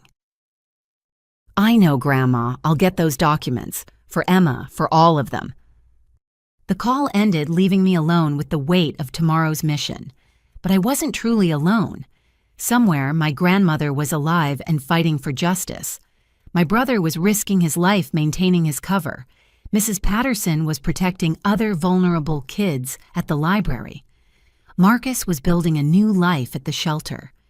And Emma had hidden the keys to bringing down a dynasty of death, trusting her 8-year-old sister would someday be strong enough to find them. Tomorrow I would walk back into hell, but this time I wouldn't be a victim. I'd be an avenging angel with a wire and a mission. The tradition of murder ended with my generation. No more Martinez children would disappear for the crime of existing. No more inheritances built on blood. I spent the night practicing my story, my defeated posture, the tears I'd need to sell my return. By dawn, I was ready. Time to go home. Time to rob my parents of their last secrets. Time to prove that sometimes the pruned branches grow back stronger than the poisoned tree that cut them. The FBI safe house buzzed with activity as dawn broke. Technicians tested tiny recording devices while Rivera's team rehearsed contingency plans. I sat in the center of it all, letting them transform me back into the desperate runaway my parents expected to see. "Your clothes need to look worn but not destroyed," the costume specialist explained, artfully adding stains and tears to thrift store finds. "You've been surviving, not thriving." Bradley paced nervously. "I still think this is too dangerous. What if they drug her? What if they have weapons?" "Every agent in the city will be within 2 minutes of the house," Rivera assured him. "The moment she says our safe word, we move in." "What's the safe word?" I asked. "Volleyball. Natural for you to mention, but specific enough we'll know." Rivera knelt before me. "Dulcie, you can back out any time. Even once you're there, just say the word and we'll extract you." "I won't need it. They want to believe I'm broken. It confirms their worldview that the weak always return to beg for scraps." I thought of my father's cold eyes at the gas station. They'll be so satisfied they won't look closely. The tech team fitted me with 3 separate recording devices, one in my shoe, one sewn into my bra, and one disguised as a button. "Redundancy," the lead tech explained. "If they find one, we still have audio." By noon, I was ready. The plan was simple: approach the house around 2 p.m. when my mother would be home alone. Play the traumatized child who'd learned her lesson. Get to my room, retrieve Emma's hidden documents, and get out. "Your grandmother confirmed the house layout hasn't changed," Rivera said, showing me blueprints. Your room is exactly as you left it. They've kept everything the same, probably expecting you to return eventually. Or wanting to preserve the crime scene for their sick satisfaction, I muttered. The drive to my old neighborhood took 30 minutes but felt like hours. Agent Chen, posing as a social worker, would drop me 3 blocks away. I'd walk the rest, giving our surveillance teams time to position themselves. You're brave, Chen said as we pulled over. Those girls from the trafficking house are safe because you started this chain of events. Remember that if things get hard in there. I squeezed her hand, then stepped onto the familiar sidewalk. Every house triggered memories, birthday parties, Halloween nights, normal childhood moments, before I understood the monster lurking in my own home. The walk cleared my head. By the time I reached our pristine 2-story colonial, I'd fully inhabited my role. Exhausted runaway. Defeated daughter. Lesson learned. I rang the doorbell with a shaking hand that wasn't entirely an act. My mother answered within seconds as if she'd been waiting by the door. Linda Martinez looked exactly the same perfectly styled brown hair designer clothes smile that never reached her eyes. "Dulcie!" She gasped, hand flying to her chest. "Oh my God, Dulcie!" She pulled me into a hug that felt like being embraced by a mannequin. "My baby, you're home. You're finally home." "Mom," I croaked, making my voice small and broken. "I'm sorry. I'm so sorry. You were right. The world is... it's so hard out there." "Oh, sweetheart, come inside. You're safe now." She guided me in, calling out, "Robert, Robert, come quickly. She's home." My father appeared from his study, and I saw genuine surprise flash across his face before he schooled it into concern. They hadn't expected me to return on my own. "Dulcie." He approached slowly like I might bolt. "We've been so worried." "I'm sorry, Dad.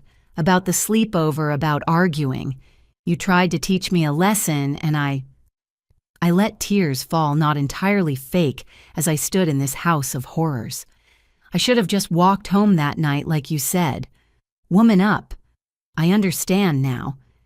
They exchanged a look I couldn't quite read. Satisfaction, suspicion. "Well, you're home now," Mom said. "That's what matters. You must be exhausted and hungry. Let me make you something." Could I shower first and maybe lie down in my room? I haven't slept in a real bed in so long." Of course. Mom's enthusiasm seemed genuine, but I knew better. She was playing a role too, the relieved mother.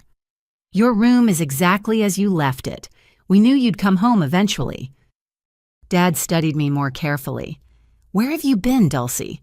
We had people looking everywhere. Hiding, shelters sometimes when they didn't ask for ID, behind buildings mostly. I hugged myself, making my voice smaller.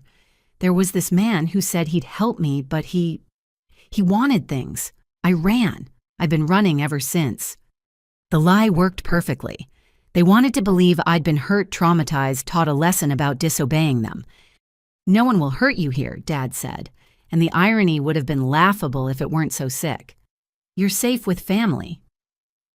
I nodded tearfully and headed upstairs. Everything was indeed exactly as I'd left it. Volleyball trophies, school photos, the normalcy I'd never have again. But I wasn't here for nostalgia. The attic access was in my closet ceiling. I stood on my desk chair, pushed aside the panel, and hauled myself up. Dust and insulation filled the cramped space, making me sneeze. Behind the insulation near the south wall, just as Grandma had said. My fingers found a plastic-wrapped bundle wedged between beams. Emma had wrapped it carefully, protecting it from moisture and time. Inside were 3 leather journals and a manila folder stuffed with documents. I opened one journal at random and nearly dropped it. Names, dates, and methods filled every page in my great-grandfather's careful script, a complete record of murders spanning 60 years. The tradition continues. One entry read, "Carlos showed weakness questioning our methods. The family voted. His accident has been arranged." I photographed each page with the phone Rivera had given me, uploading to their secure server. The documents in the folder were equally damning: forged death certificates, insurance policies, even photos of grave sites for people who were supposedly missing. A knock on my door made me freeze. Dulcie, honey, I made soup. Coming, Mom. I called shoving everything back in the plastic, but I kept one thing, Emma's student ID card, tucked between pages. Proof she'd hidden this proof she'd tried to stop them. I slid down from the attic, brushed off the dust, and hid the ID in my shoe next to the recording device. Downstairs, both parents waited in the kitchen. A bowl of soup steamed on the table, and every instinct screamed not to eat it. But refusing would break character. I took a spoonful, then another. It tasted normal, though that meant nothing with my family. So, Dad said casually, "Did anyone help you while you were gone? Anyone we should thank?" A test. No, everyone wanted something in return, money or other things. I shuddered. I learned not to trust anyone. Hard lesson, but valuable. He seemed satisfied. "Your brother will be happy you're home.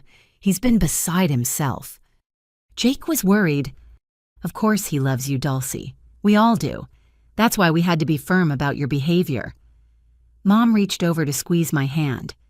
Sometimes, parents have to make hard choices for their children's own good. I wanted to scream. Instead, I yawned. "I'm so tired. Could I sleep for a while, just a few hours?" "Of course. But Dulcie." Dad's voice stopped me at the doorway. "Your phone and computer are in your room. We kept your service active hoping you'd call. Maybe let your friends know you're safe. They've been worried too." Another test. They wanted to see who I'd contact who'd been helping me. "Maybe later," I said vaguely. "Right now, I just want to sleep." Back in my room, I did check the phone. Dozens of missed calls from Sarah, from teammates, from teachers. All from months ago, eventually tapering off as hope died. My parents had kept the illusion of searching while knowing exactly where they'd abandoned me. I lay on the bed fighting the urge to run immediately. Rivera had said to seem natural, not to rush, but every minute in this house felt like drowning. 2 hours. I'd give it 2 hours, then make an excuse to leave. Get the documents to the FBI, let them build their final case. The wedding was in 8 days. 8 days until my parents faced justice. I must have dozed despite my anxiety because I woke to voices downstairs. Multiple voices. My blood froze as I recognized one.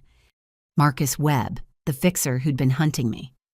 "She's upstairs," my father was saying. "Came home on her own just as you predicted, traumatized compliant. The streets did what we couldn't, broke her spirit." "Excellent," Webb replied. "And she hasn't contacted anyone. No mention of help." "None. She learned her lesson about trusting strangers." They laughed, the sound making my skin crawl. But Webb's next words froze my blood. "Good, because we found Nancy's replacement. Someone even better at handling difficult children. They'll be here tonight to collect her." Collect me, like a package, like cargo. My parents were never planning to let me stay. This was just another trap, another abandonment. But this time, I'd disappear forever into some trafficking nightmare. I pulled out my phone, texting Rivera frantically. "They're planning to traffic me tonight. Webb is here. Multiple hostiles." Her response was immediate. "Say the word and we come in. But if we move now, we might lose our chance at the wedding trap. Might not get everyone in the network."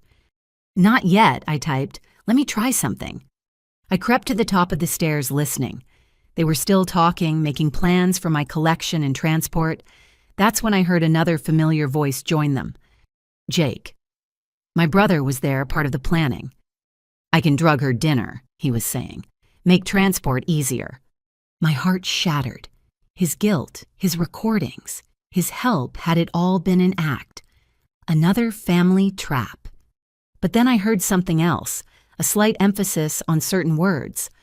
"I can drug her dinner. Make transport easier." He was warning me, speaking louder than necessary, ensuring I'd hear from upstairs. Jake was still playing his dangerous game, walking the tightrope between helping me and maintaining cover. I made my decision. Slipping back to my room, I grabbed the few things that mattered: Emma's ID, my evidence photos uploaded to the FBI cloud.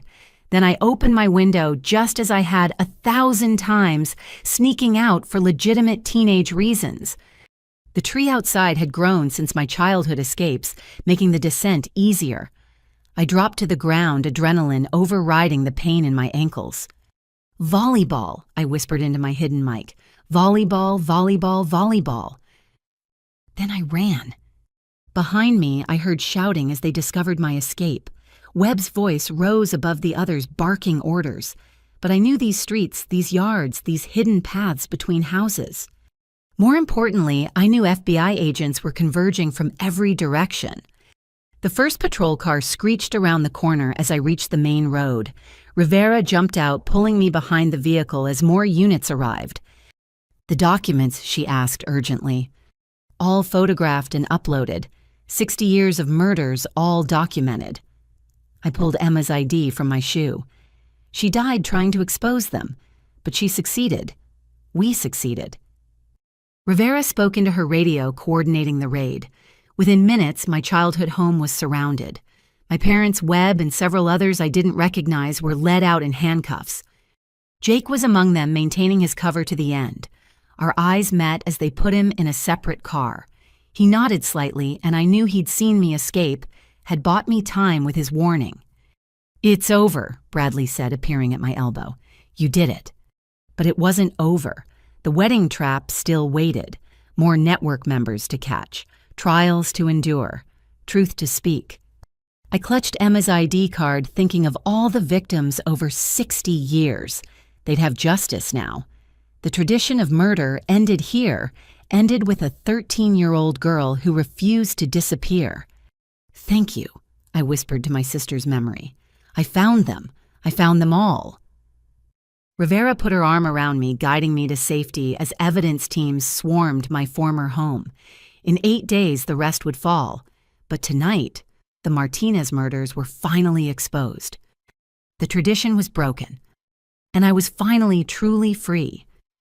The arrest of my parents made the evening news, but the FBI kept most details sealed to protect the ongoing investigation. I watched from a new safe house as reporters stood outside my childhood home, speculating about the shocking allegations against the respected Martinez family. If only they knew the full truth. What I didn't expect was the phone call that came the next morning. "Dulcie." The voice was professional but warm. "My name is Christina Chen. I'm an investigative journalist with Channel 7. I know you're probably being told not to talk to media, but I need you to hear me out. I was Emma's roommate at State College." I nearly dropped the phone. Emma's roommate for 6 months before she disappeared. She was my best friend, and I never believed the runaway story. "I've been investigating your family for 3 years. I have something you need to see." Rivera, listening on speaker, nodded her approval. Within an hour, Christina arrived at the safe house under FBI escort. She was young, maybe 25, with intense eyes and an armload of files. "Emma was scared those last few weeks." She began without preamble. "She'd found something in your grandmother's papers during spring break. She wouldn't tell me what, but she started recording conversations with your parents." My heart raced. "She made recordings." Christina pulled out a laptop. "She uploaded them to a cloud account I helped her set up. Your parents never knew. She gave me the password the night before she left for home, said if anything happened—" Her voice cracked slightly. "I've been gathering evidence ever since." The first recording made me sick. My mother's voice discussing Emma with someone I didn't recognize. "She's been asking questions about Maria. We may need to accelerate the timeline." My father's response: "The wedding excuse still works. Tell her we're scouting venues in Colorado, remote locations, cliffs for photos. She'll never suspect." "They planned it," I whispered, "weeks in advance." "There's more," Christina said grimly. "Emma wasn't just investigating. She was documenting everything in real time." She pulled up videos Emma had secretly recorded on her phone. Family dinners where my parents casually discussed problem relatives. Planning sessions disguised as normal conversation. In one video, I saw my 8-year-old self in the background playing with dolls while my parents discussed Aunt Maria's accident at the kitchen table. I'd been right there, too young to understand the monsters I lived with. "Why didn't you go to police?" Rivera asked. Christina's expression hardened. I tried. The detective I spoke to was golf buddies with your father. My concerns were dismissed, and suddenly I was facing harassment charges for stalking a grieving family. I had to back off work in the shadows. But you kept investigating. I couldn't let Emma down. I knew something terrible had happened to her. She pulled out a map marked with red X's. I've tracked everywhere your parents traveled in the past decade. Every family vacation corresponds with a relative's death or disappearance. But this is what made me call you. She showed me a list of wedding vendors my parents had contacted, florists, caterers, venues. Normal, except for one detail: they'd all been involved in previous events where relatives had died. The caterer from your Aunt Maria's birthday party before her accident, the hotel where your cousin Stephen had his heart attack at 32. They're recreating successful murder scenarios using people who've kept quiet before. Rivera immediately got on the phone sharing this information with her team. The wedding trap had just become even more critical. There's something else, Christina said, turning to me. I want to run an exclusive story. Tonight. Let the public know what's really happening before your parents' lawyers can spin it. Absolutely not, Rivera said. We can't compromise the investigation. Actually, I said slowly, what if we could use this control the narrative before my parents do? Bradley, who'd been quiet until now, leaned forward. She has a point. Your parents are well connected. Their lawyers are probably already working on a counter-narrative. Troubled teen makes wild accusations. Grief-stricken parents wrongly accused. But if the truth comes out first, I looked at Christina.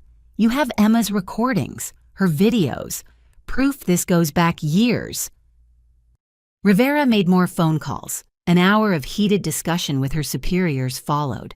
Finally, she turned back to us. We'll allow a limited interview. No details about the wedding operation, nothing that compromises ongoing investigations. Focus on Emma on the historical pattern. Make it clear this isn't just about you, it's about decades of murders. Christina set up her equipment in the safe house living room. She was gentle but thorough, walking me through my story.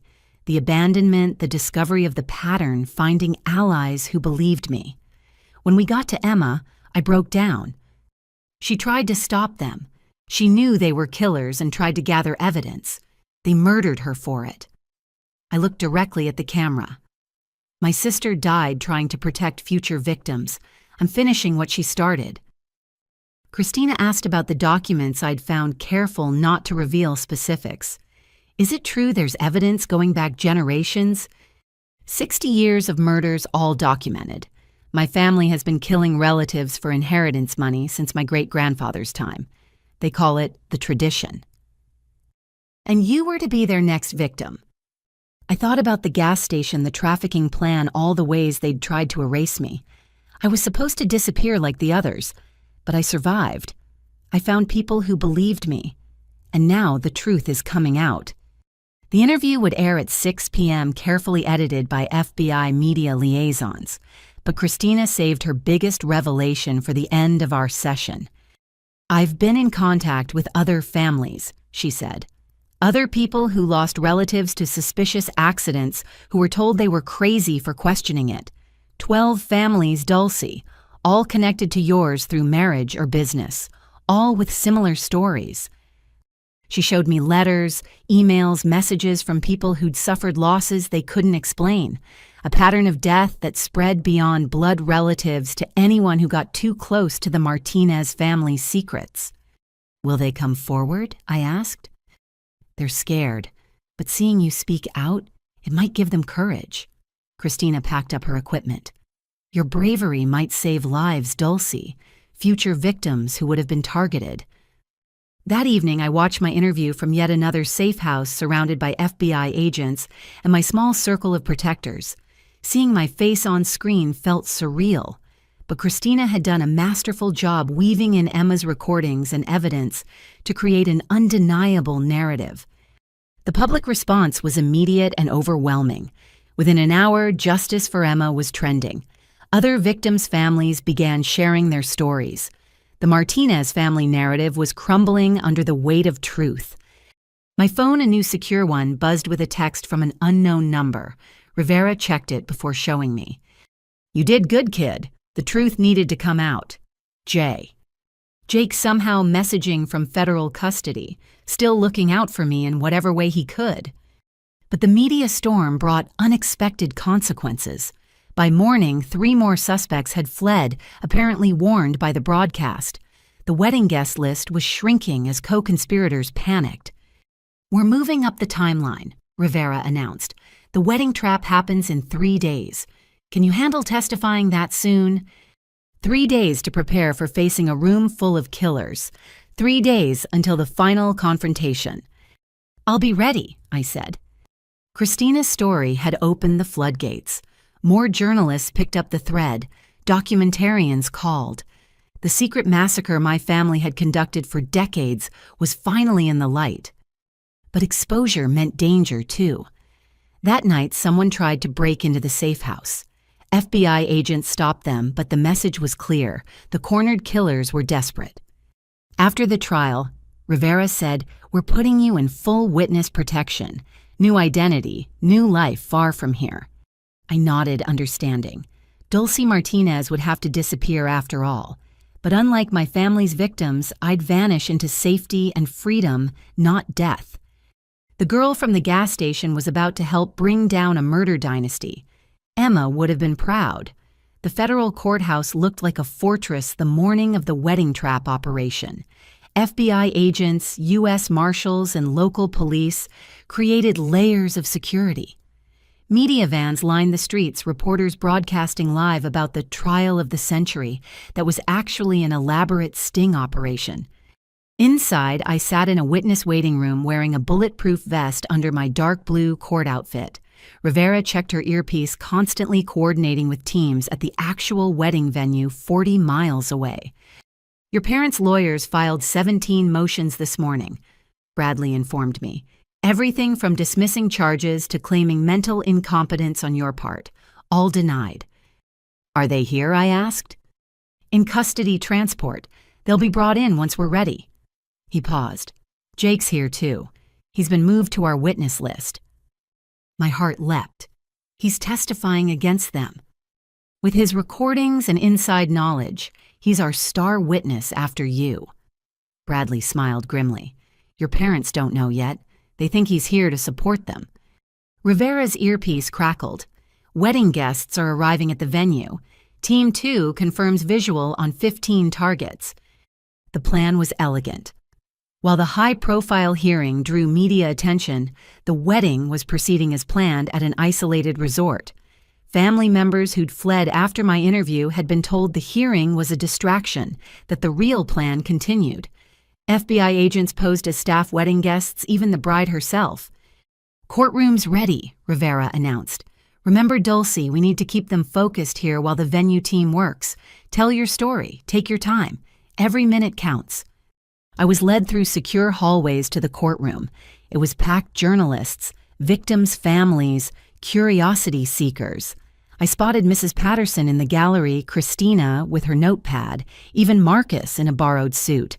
My army of supporters, all here to witness the end. Then I saw them. My parents in orange jumpsuits and shackles seated at the defense table. They looked smaller somehow, their power stripped away. Mom's perfect hair was flat, Dad's commanding presence reduced to slumped shoulders. Our eyes met across the room. My mother's expression cycled through emotions, surprise, rage, and something that might have been fear.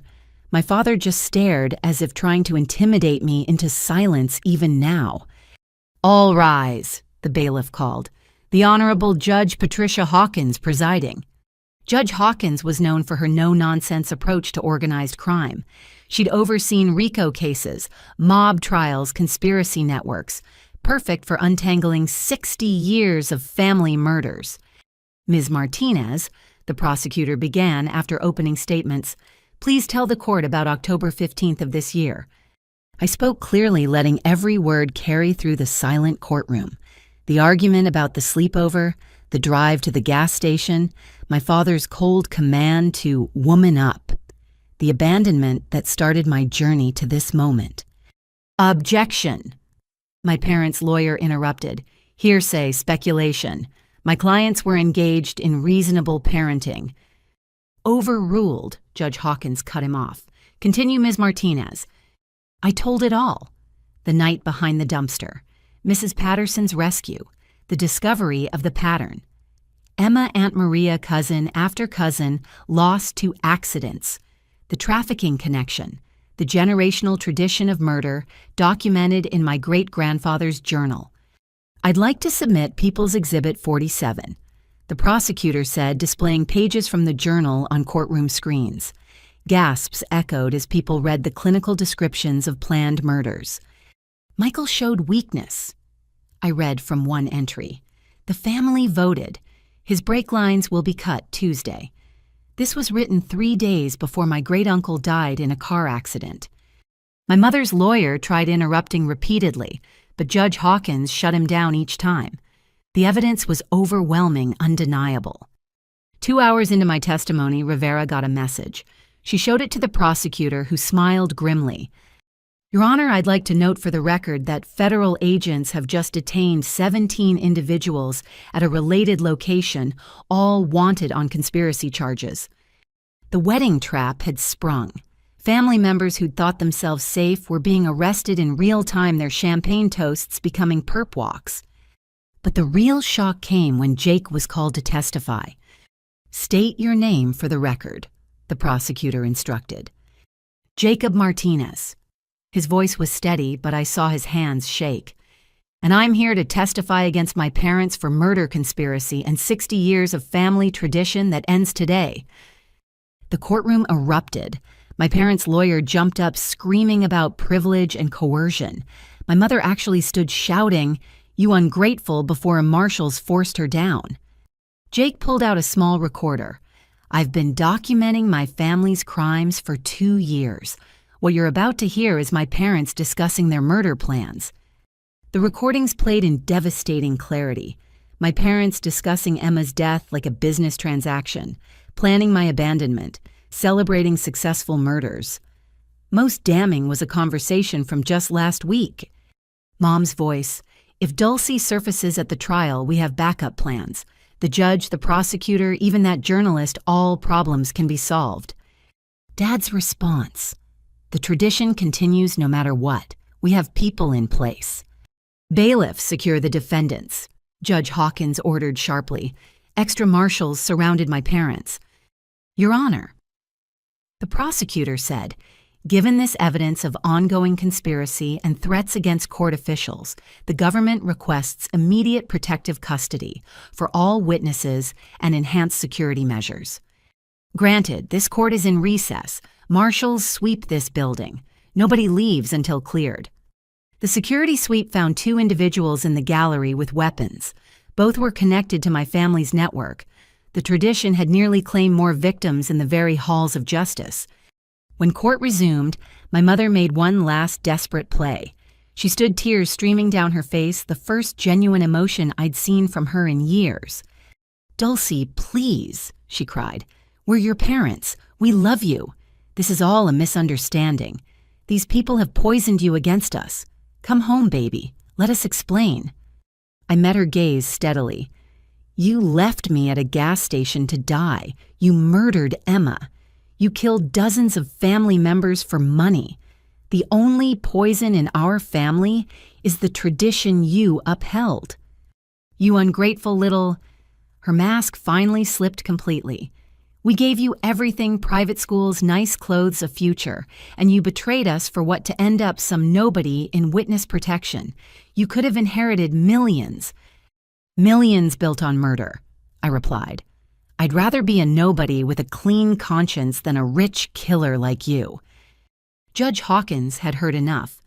Based on the evidence presented, including verified recordings, documented conspiracies spanning 60 years, and the ongoing threat to witnesses, this court finds sufficient cause to proceed with all charges. The defendants will be held without bail. But the biggest surprise was yet to come. As marshals prepared to lead my parents away, the courtroom doors opened. a woman in a wheelchair was brought in, her face scarred but unmistakable to those who knew her. "Your Honor," the prosecutor said, "the government would like to introduce one more witness. Emma Martinez, previously thought deceased, recovered from an attempted murder by her parents 5 years ago." The courtroom exploded. I couldn't breathe, couldn't think. Emma alive. But I'd mourned her, carried her memory like a sacred weight. My sister, scarred in a wheelchair but gloriously alive, met my eyes across the room. "Hi, baby sister," she mouthed. I ran to her, collapsed beside the wheelchair, sobbing as her arms wrapped around me. She was real, solid, alive. "I'm sorry," she whispered. "I had to stay hidden until we could get them all, but I watched over you, always." My parents were screaming, their lawyers shouting about mistrial and manufactured evidence, but nothing could stop the truth now. "She survived the push off the cliff," the prosecutor explained to the stunned courtroom. "Hikers found her, got her to a hospital. The FBI placed her in protective custody when she revealed the murder attempt. She's been helping build this case ever since, waiting for enough evidence to ensure conviction." Emma took the stand, was lifted to it, her legs too damaged to walk. Her testimony was devastating. She described the moment our father pushed her, our mother's cold smile as she fell. The months of recovery, learning she'd never walk properly again. The decision to let them think they'd succeeded while gathering evidence. "I knew they'd target Dulcie eventually," she said, looking at me with tears in her eyes. "When they abandoned her at that gas station, I nearly broke cover. But we needed them to believe they'd won, needed them confident enough to make mistakes." By the end of the day, the case was ironclad. My parents faced life sentences. The network of killers was shattered, its members arrested at the fake wedding or fleeing into FBI dragnets. But for me, only one thing mattered: Emma was alive. Damage changed, but alive. As we left the courthouse together, Emma in her wheelchair, me walking beside her, surrounded by federal protection reporters, shouted questions. We ignored them all.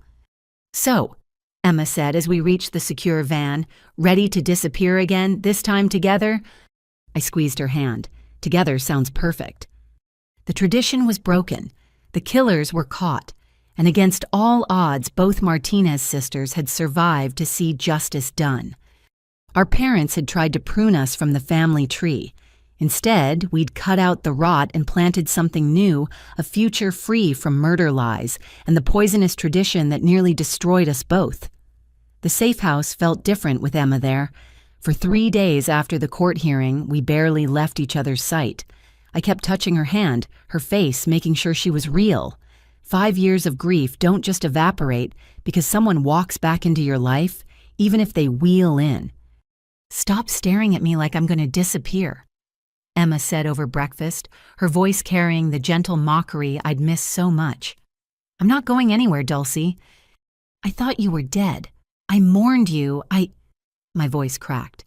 "I used your memory as motivation to bring them down." "I know." Her expression softened. "Agent Rivera showed me everything. The girl who got left at a gas station became a warrior. I'm so proud of you." But there was still so much I didn't understand. That evening, with Rivera and Bradley present to fill in gaps, Emma finally told her whole story. "I'd been investigating for months before that trip," she began. "Found the journals you eventually discovered, documented the pattern. I was planning to go to the FBI the Monday after that weekend. But Sunday morning, Mom suggested a family drive to look at wedding venues in Colorado." "For whose wedding?" "Mine, supposedly. They'd decided I was getting too independent, too dangerous. The wedding story was covered just like with Jake." Emma's hands clenched in her lap. "The cliff overlook was beautiful," romantic Mom said. "Perfect for photos. Dad kept positioning me closer to the edge, talking about the view." She paused, taking a shaky breath. I saw it in his eyes the moment before he did it. Just emptiness. Like I was a problem to solve, not his daughter. I tried to dodge, but he was too fast. The push sent me over. "How did you survive?" "Luck. Branches. A ledge about 20 feet down caught me, broke the fall into segments. But my legs..." She gestured at the wheelchair. Shattered. Spine damaged. The hikers who found me said I was unconscious for hours. Rivera took over. The hospital contacted us when Emma woke up. She was terrified her parents would come finish the job, insisted we check their alibis.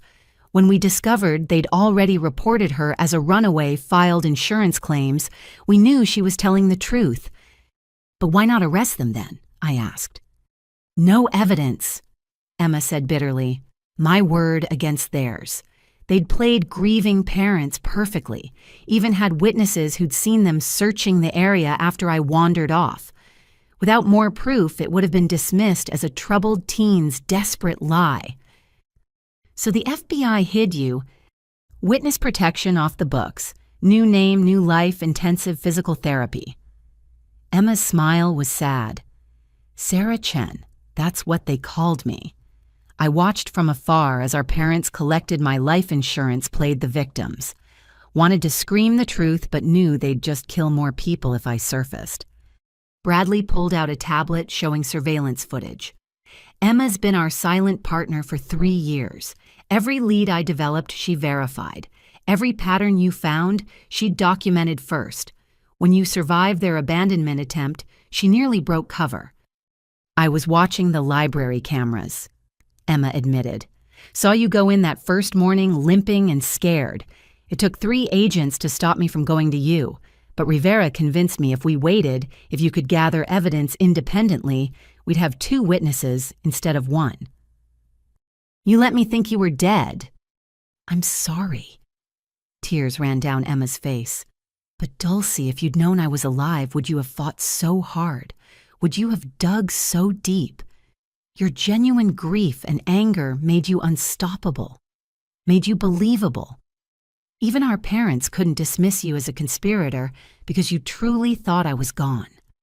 I wanted to be angry but couldn't. She was right. My pain had driven me to take risks a hopeful person wouldn't have taken. There's more, Rivera said. Emma didn't just hide. She's been building a legal case, studying law through correspondence courses.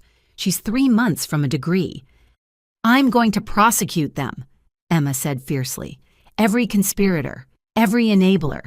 I'll spend the rest of my life making sure no family suffers like ours did. The tradition dies with our generation, but justice continues. Together, I asked. If you'll have me, though you might not once you hear the rest. Emma looked uncomfortable. I've been in contact with someone you know, Marcus. My head snapped up. What? After he helped you that first night, I made sure he found that youth shelter. Anonymous tip about a bed opening up small cash donation to get him started. I couldn't help you directly, but I could help the boy who saved you. You've been watching over both of us. All of us. Jake too. Those donations he made to runaway shelters, I suggested them through intermediaries, guided him toward redemption. Even Mrs. Patterson, when the library faced budget cuts last year, an anonymous grant saved the youth programs. Couldn't let the woman who sheltered you lose her ability to help others. I stared at my sister, seeing her clearly for the first time. Not just a victim who survived, but a guardian angel working from the shadows. You built a network to counter theirs, I breathed. Someone had to. Our family spent 60 years creating a murder machine. I've spent 5 years building a justice network to destroy it. She rolled closer to me. But I'm tired of shadows, Dulcie, ready to step into the light. The question is, what do you want? Witness protection means new identities, new lives. We can disappear together, start fresh, anywhere. I thought about it. Dulcie Martinez, the volleyball player with normal teenage problems, was gone. The girl who'd survived the gas station was gone too. In their place sat someone harder, sadder, but infinitely stronger. What about everyone else, Marcus, Mrs. Patterson, Christina? They'll be protected but not relocated. Their connection to the case is peripheral. Ours. Emma gestured between us. We're the heart of it. The surviving victims who brought down a dynasty. That makes us permanent targets for anyone loyal to the tradition. Rivera pulled out folders. New identities are ready when you are. Sisters still, but with a different last name. Different history. College applications, job references, everything you need to build real lives. What about testifying the trials? Video testimony, sealed depositions. You've already given us everything we need.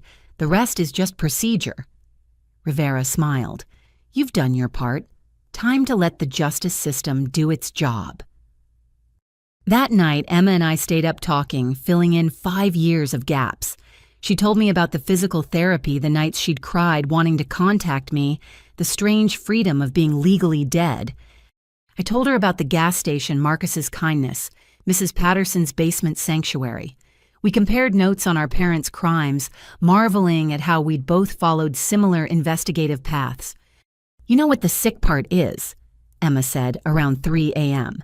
I think they were proud when you survived the gas station. Not happy, but proud. You proved you were a true Martinez, ruthless enough to endure anything. Except I used that ruthlessness against them. The ultimate irony. They created their own destroyer by trying to destroy you. She yawned. Though I guess I helped. Those survival skills, that determination you got, that from knowing you had a sister who loved you even if you thought I was gone. Don't you dare take credit for my badassery, I mock protested. I earned every bit of it behind that dumpster. We actually laughed for the first time since reuniting. It felt strange but necessary, like using atrophied muscles. By morning we'd decided. New names, new city, new lives, but together. The Martinez sisters would vanish, replaced by 2 young women with unremarkable backgrounds and remarkable resilience. One condition, I said as Rivera prepared our relocation paperwork. We stay involved in the trials. Video testimony, depositions, whatever's needed. Our parents stole 60 years of lives. We owe those victims justice. And after, Emma asked, after we live, really live. Not just survive or hide, but build something good. Maybe help other victims of family violence. Use what we've learned. I squeezed her hand. The tradition ends, but our story continues. Rivera handed us our new documents. Different names, but the same unbreakable bond. We'd been forged in abandonment and murder attempts tempered by years apart, but emerged stronger than our parents could have imagined. Ready? Emma asked as federal marshals prepared to drive us to our new lives. Together, I responded. Always. The girl abandoned at the gas station was gone. The girl who died on a cliff was gone. In their place, 2 sisters rolled and walked toward a future free from tradition, but full of purpose. Our parents had tried to prune us from the family tree. Instead, we'd become seeds carried on the wind, ready to plant something entirely new. The wedding still happened in a way. 3 weeks after Emma's dramatic court appearance, Jake married Amanda Torres in a small ceremony at the Federal Detention Center, where he was being held for his own protection. I watched through a video link from our secure location, Emma beside me in her wheelchair. "Do you, Jacob Martinez, take this woman to be your lawfully wedded wife?" the chaplain asked. "I do," Jake said, his voice steady despite the circumstances. It should have been absurd, a wedding in a jail visitor room, the groom in custody, FBI agents as witnesses. But when Amanda said her vows, her voice carried something I hadn't expected, genuine emotion. Jake Rivera explained later that day visiting our temporary safe house has been instrumental in unraveling the network. His recordings combined with what you and Emma provided have led to 47 arrests so far. 47, Emma breathed. The tradition was bigger than just your family. Connected families across 5 states, all running similar operations. Your parents were regional leaders in a murder syndicate that's operated since the 1960s. Rivera pulled out her tablet, showing us charts that look like corporate hierarchies. 60 years of murders, all connected, all following the same playbook your great-grandfather wrote. The revelation should have shocked me, but I was beyond surprise. Of course it was bigger. Evil that's systematic doesn't exist in isolation. "What about Amanda?" I asked. "Jake's wife, she's really FBI." Rivera smiled. "That's what makes this interesting. She was undercover, yes, assigned to get close to Jake 2 years ago, but But she fell in love with him, Emma finished. Classic. More complicated than that. Rivera pulled up Amanda's file. Agent Torres specialized in infiltrating organized crime families. She was supposed to gather evidence on Jake, flip him if possible. Instead, she discovered he was already documenting crimes, wrestling with guilt, trying to find a way out. The video link crackled back to life. Jake and Amanda sat across from each other at a metal table, holding hands despite the handcuffs. "I need to tell you something," Amanda was saying, "about why I really stayed." Jake tensed. "If this is where you reveal you're pregnant or dying or—" "No." She laughed, surprising them both. "Nothing that dramatic. I stayed because I saw who you really were, not the killer your parents wanted, not the coward you believed yourself to be. I saw a man trying to break a generational curse." "I let them kill Emma," Jake said flatly. "You were 15 and terrified. You've punished yourself every day since." Amanda leaned forward. "But you also recorded them. Protected Sarah when they threatened her. Helped Dulcie escape. You've been fighting them the only way you knew how." Watching my brother's face crumble, I felt my own anger softening. He'd been trapped in the same family web, just caught differently than Emma and me. "The deal Rivera offered," Amanda continued. "Take it. Testify, serve your time, then disappear with me. We can build something better." "What kind of life is that for you, married to a convicted conspirator?" "A real life, honest for the first time." She squeezed his hands. "I've spent 5 years pretending to be someone else.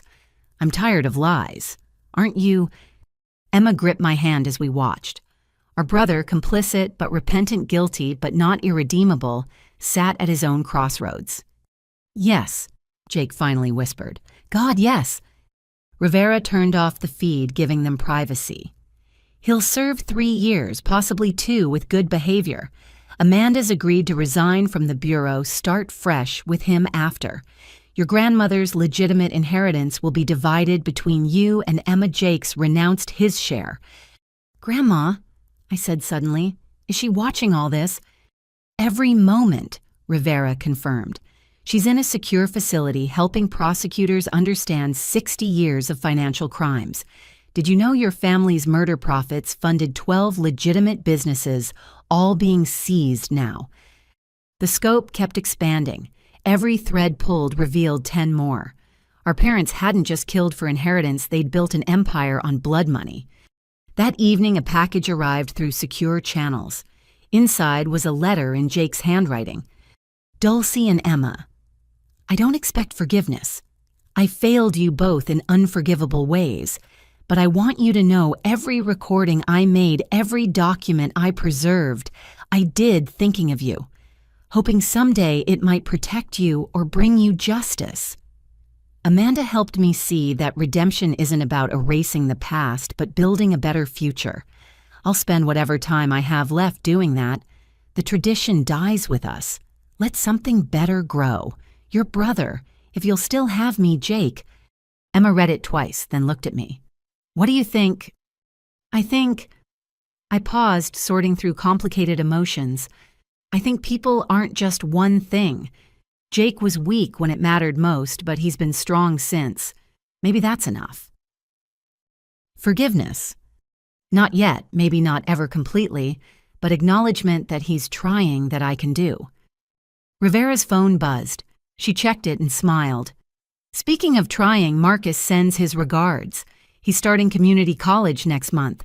Wants to become a social worker. Help street kids like you helped him." "I helped him," I laughed. "He saved my life that first night."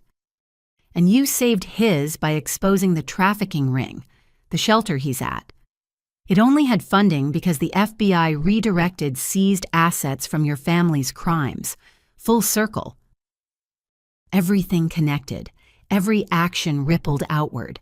Our parents' evil had created unexpected good survivors, helping survivors, justice funding redemption. "There's a request from Christina Chen," Rivera continued. "She's working on a documentary about generational trauma and breaking cycles of violence. Wants to interview you both whenever you're ready." "After," Emma said firmly. After the trials, after we're settled, this story needs an ending before it becomes history. But I wondered if stories like ours ever really ended.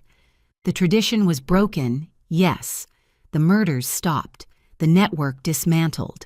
But the effects would ripple for generations.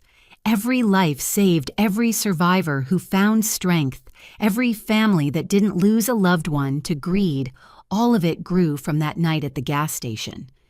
The wedding venue? I asked suddenly. The trap one. What happened to it? Rivera grinned. Funny story. The FBI had to pay for the whole fake wedding to maintain cover. Beautiful venue, top shelf, catering the works. So after arresting everyone, we donated the reception to a local foster kids organization. Figured abused children deserved something beautiful after what your family put them through. I imagined it kids who'd survived their own traumas dancing where killers had planned to strike. Another reversal evil transformed to good. Jake chose right, Emma said quietly that night as we prepared for bed in our safe house. Amanda, I mean. Someone who sees the person you could be, not just who you've been. Think he'll make it, really change. He already has. The Jake who helped our parents would have fled or turned state's evidence for immunity. Instead, he's accepting responsibility, serving time, trying to earn redemption. She adjusted her wheelchair, preparing for the complex process of getting into bed. That's more than our parents ever did. They still claim innocence.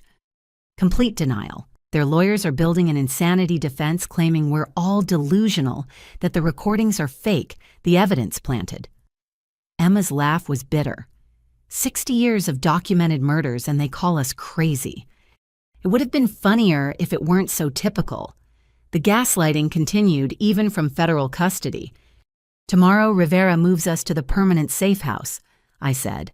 New city, new names, new start. Scared. Terrified. Same. Emma reached for my hand. But we're together. That's more than I had for 5 years, more than you had at that gas station. Together we can handle anything. She was right. The girl who'd slept behind a dumpster could handle a new identity. The girl who'd survived a cliff could handle a new city. Together, the Martinez sisters, whatever names we wore, could handle whatever came next. The wedding that was meant to be a killing ground had become a symbol of redemption. Jake and Amanda's strange love story proved that even in the darkest families, choice remained possible. People could choose love over loyalty to evil truth, over profitable lies. As I fell asleep in my last night as Dulcie Martinez, I thought about transformations. Gas stations becoming starting points, dumpsters becoming shelters, victims becoming warriors, a wedding of death becoming a celebration of justice. Tomorrow we'd be new people in a new place, but tonight we were still sisters who'd survived the unsurvivable and exposed the unthinkable. The tradition was dead. Our transformation was just beginning. The FBI conference room in Washington, D.C. looked like a war room. 8 months had passed since Emma and I entered witness protection, but Rivera had summoned us back for something big. Maps covered every wall, red strings connecting photos of faces I recognized, and many I didn't. Ladies, Rivera said as we entered, Emma rolling me walking beside her. Thank you for coming. We needed you to see this. Assistant Director Coleman, a man who looked like he'd aged a decade in the months since taking our case, gestured at the displays. Your testimony didn't just break your family's murder ring. It shattered an entire network we didn't know existed. 63 families across 12 states. Another agent explained. All running variations of the tradition. Your great-grandfather wasn't the originator. He learned it from a group that's existed since the 1800s. They called themselves the Gardeners. Emma and I exchanged glances. The scope kept growing. Gardeners, I asked. Pruning the family tree, Coleman said grimly, keeping it healthy by removing weak branches. What started as a few wealthy families eliminating inconvenient heirs became a sophisticated network. They shared methods, alibis, even killers for hire. Rivera pulled up a presentation. Thanks to your evidence and testimony, we've arrested 207 people, saved an estimated 40 potential victims who were being targeted, seized $800 million in assets built on murder. The numbers were staggering. Our parents were big fish, but in an ocean of predators. Why tell us this? Emma asked. We're supposed to be invisible, building new lives. Because Coleman said, you've become symbols. Other victims are coming forward inspired by your courage. Families who lost loved ones decades ago are demanding investigations. You didn't just expose crimes, you started a movement. He showed us letters, thousands of them. People sharing stories of suspicious deaths, thanking us for giving them hope for justice. Children who'd been labeled troubled for questioning family deaths. Spouses dismissed as paranoid for suspecting murder. We need you to testify before Congress, Rivera said, about protecting vulnerable family members, inheritance law reform, improving how police handle suspicious deaths. Your voices carry weight now. Our voices got us death threats, Emma pointed out. Even in protection, we've had 3 close calls. Which is why we're offering you something different. Coleman pulled out official documents. Full federal witness immunity and protection, but with a twist. Become consultants. Help us identify and prevent family-based murder conspiracies. Use your experience to save others. You want us to hunt killers? I asked. We want you to help us recognize patterns others miss. You survived because you saw what trained investigators didn't. Rivera leaned forward. Dulce, you were 13 and figured out a 60-year conspiracy. Emma, you documented evidence while recovering from attempted murder. Those instincts are invaluable. Emma was already reading the documents. This mentions international connections. The Gardners have chapters worldwide. What you exposed here has victims in Europe, Asia, South America reaching out. Family murder conspiracies, dressed up as tradition, exist everywhere. Coleman's expression was haunted. We had no idea how widespread this was until you made us look. I thought about the math. 200 arrests from our case alone. How many thousands more were out there killing relatives while playing grieving family? I'm in, I said. Emma nodded agreement. There's more, Rivera added. Your parents' trial starts next month. They're still claiming innocence, saying you and Emma manufactured everything. Their lawyers are pushing the narrative that you're disturbed children seeking attention. Let them, Emma said coldly. We have recordings document 60 years of evidence. And something else. Rivera smiled. Other family members have flipped. Cousins who participated in minor roles. Aunts who knew but stayed quiet. 15 family members are testifying in exchange for reduced sentences. Your parents are being abandoned by their own network. The poetic justice wasn't lost on me. They'd taught that family loyalty meant protecting killers. Now that same family was racing to save themselves. That afternoon, we visited the memorial Rivera's team had created, a private garden with markers for every confirmed victim of the Gardners. Emma and I placed flowers at a stone marked Unknown Martinez Victims, silenced but not forgotten. Think any of them tried to fight back? I asked. Definitely. We're just the ones who succeeded. Emma touched her wheelchair. Though success is relative. You're alive, that's success. We're alive, she corrected. That's success. The congressional testimony came 3 weeks later. Emma and I sat side by side. She'd practiced transferring to a regular chair, so we'd appear as equals facing a room full of senators and representatives. Ms. Martinez. Senator Walsh began, then caught herself. I apologize, should I use your protective identity? Martinez is fine, I said. It's evidence of what we survived. We won't let them take our name along with everything else. For 3 hours, we laid out the systematic nature of family murders, how inheritance laws created opportunities, how police dismissed suspicions from young victims, how the foster system became a hunting ground for traffickers connected to killer families. What would have saved your sister Emma? Congresswoman Park asked. Emma answered herself. If someone had listened when I first reported my suspicions, If there were mandatory investigations when multiple family members die young, if inheritance couldn't be changed after suspicious deaths. And you, Dulcie. If running away didn't automatically make me troubled, if police had to verify parents' claims about their children, if 13-year-olds had somewhere safe to report family abuse without being labeled liars. The committee took notes, asked follow-ups, promised action. Whether they'd deliver remained to be seen, but at least we'd spoken truth to power. Outside the Capitol, protesters held signs with our photos, "Justice for the silenced," and "End the tradition." Supporters outnumbered the family loyalists shouting about false accusations. We did that, Emma marveled. 2 girls who were supposed to disappear made the whole country pay attention. That evening, we had dinner with our extended team.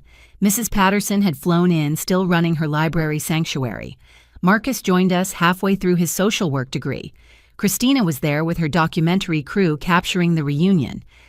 To the survivors. Bradley toasted. He'd officially retired from private investigation to teach courses on recognizing family violence.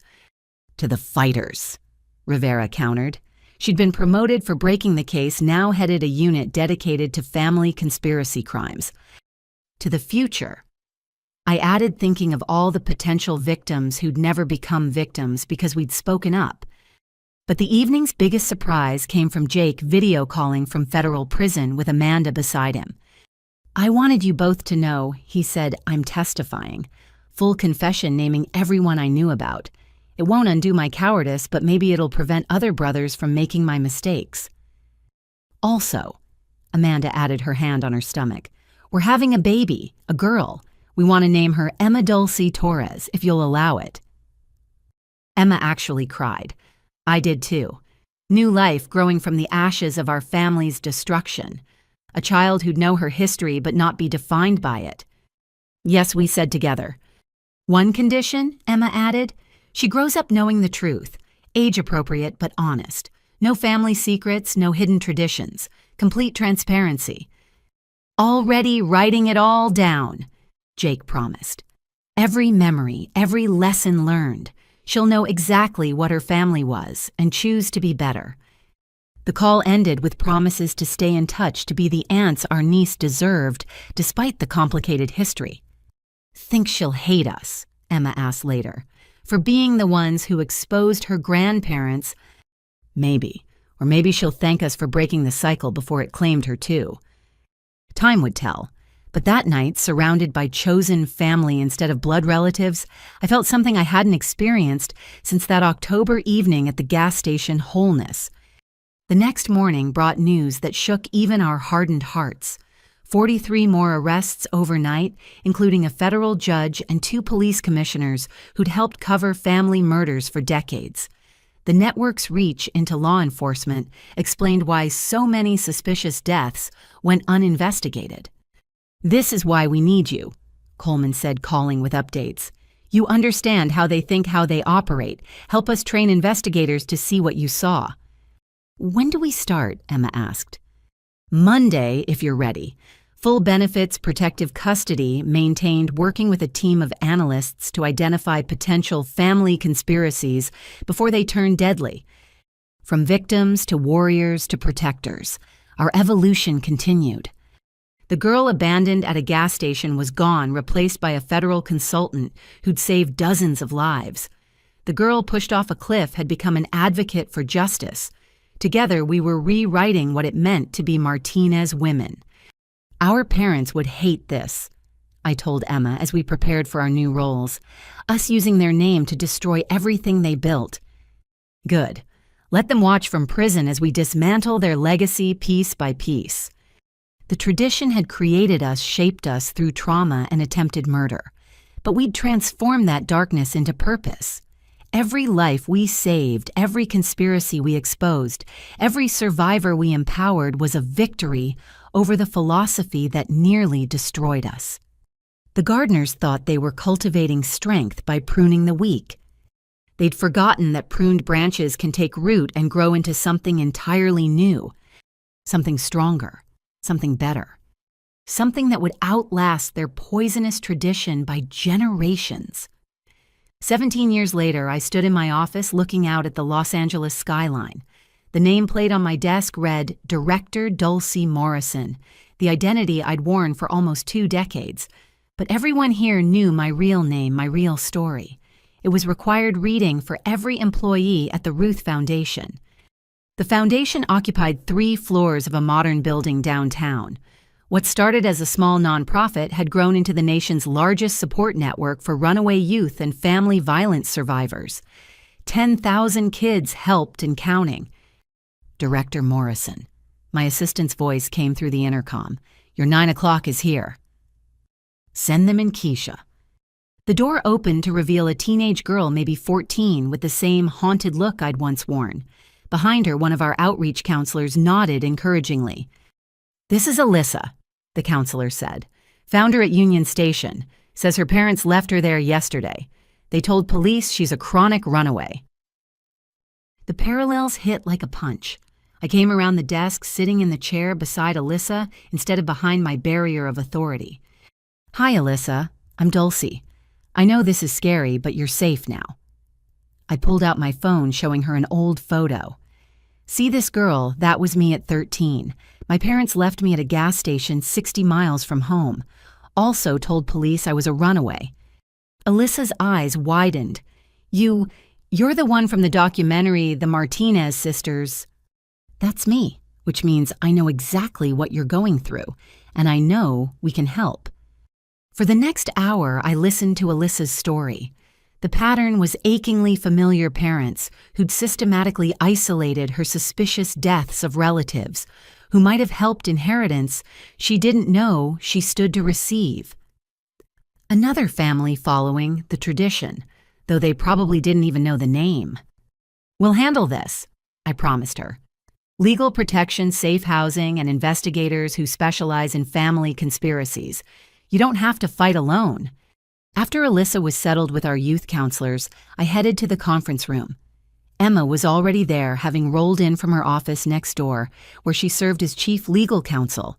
The years had been kind to us both, success and safety aging us gracefully. Another Gardner family, she asked. Looking like it. I've already notified Rivera's team at the FBI. Agent Rivera, now Deputy Director Rivera, had become family over the years. She'd stood as witness at both our real weddings, been there, when Emma's surgery gave her partial mobility, back celebrated every milestone of our rebuilt lives. Speaking of family, Emma said Jake's flight lands at 2. You're still picking them up. Wouldn't miss it. My brother had served his full sentence, rebuilt his life with Amanda in Portland. They ran a small cybersecurity firm using skills learned, documenting our parents' crimes to help other whistleblowers protect evidence. Their daughter, Emma Dulcie Torres, ED to everyone, was 17 now and had just been accepted to Stanford. She wants to be a prosecutor, Emma laughed. Says Aunt Emma inspired her to fight for justice through law. Better than following the other family tradition that died with our parents.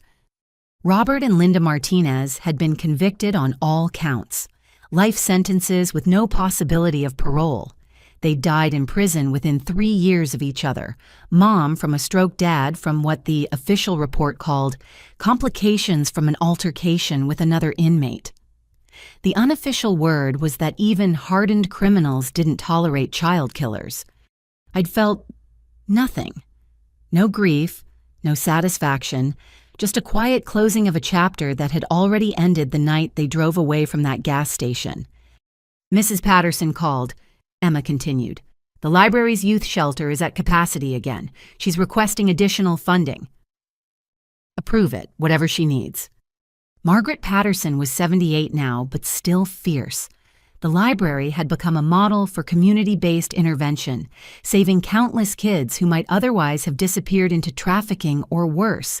She'd won presidential medals for her service, all stemming from the day she'd hidden a scared 13-year-old in her basement.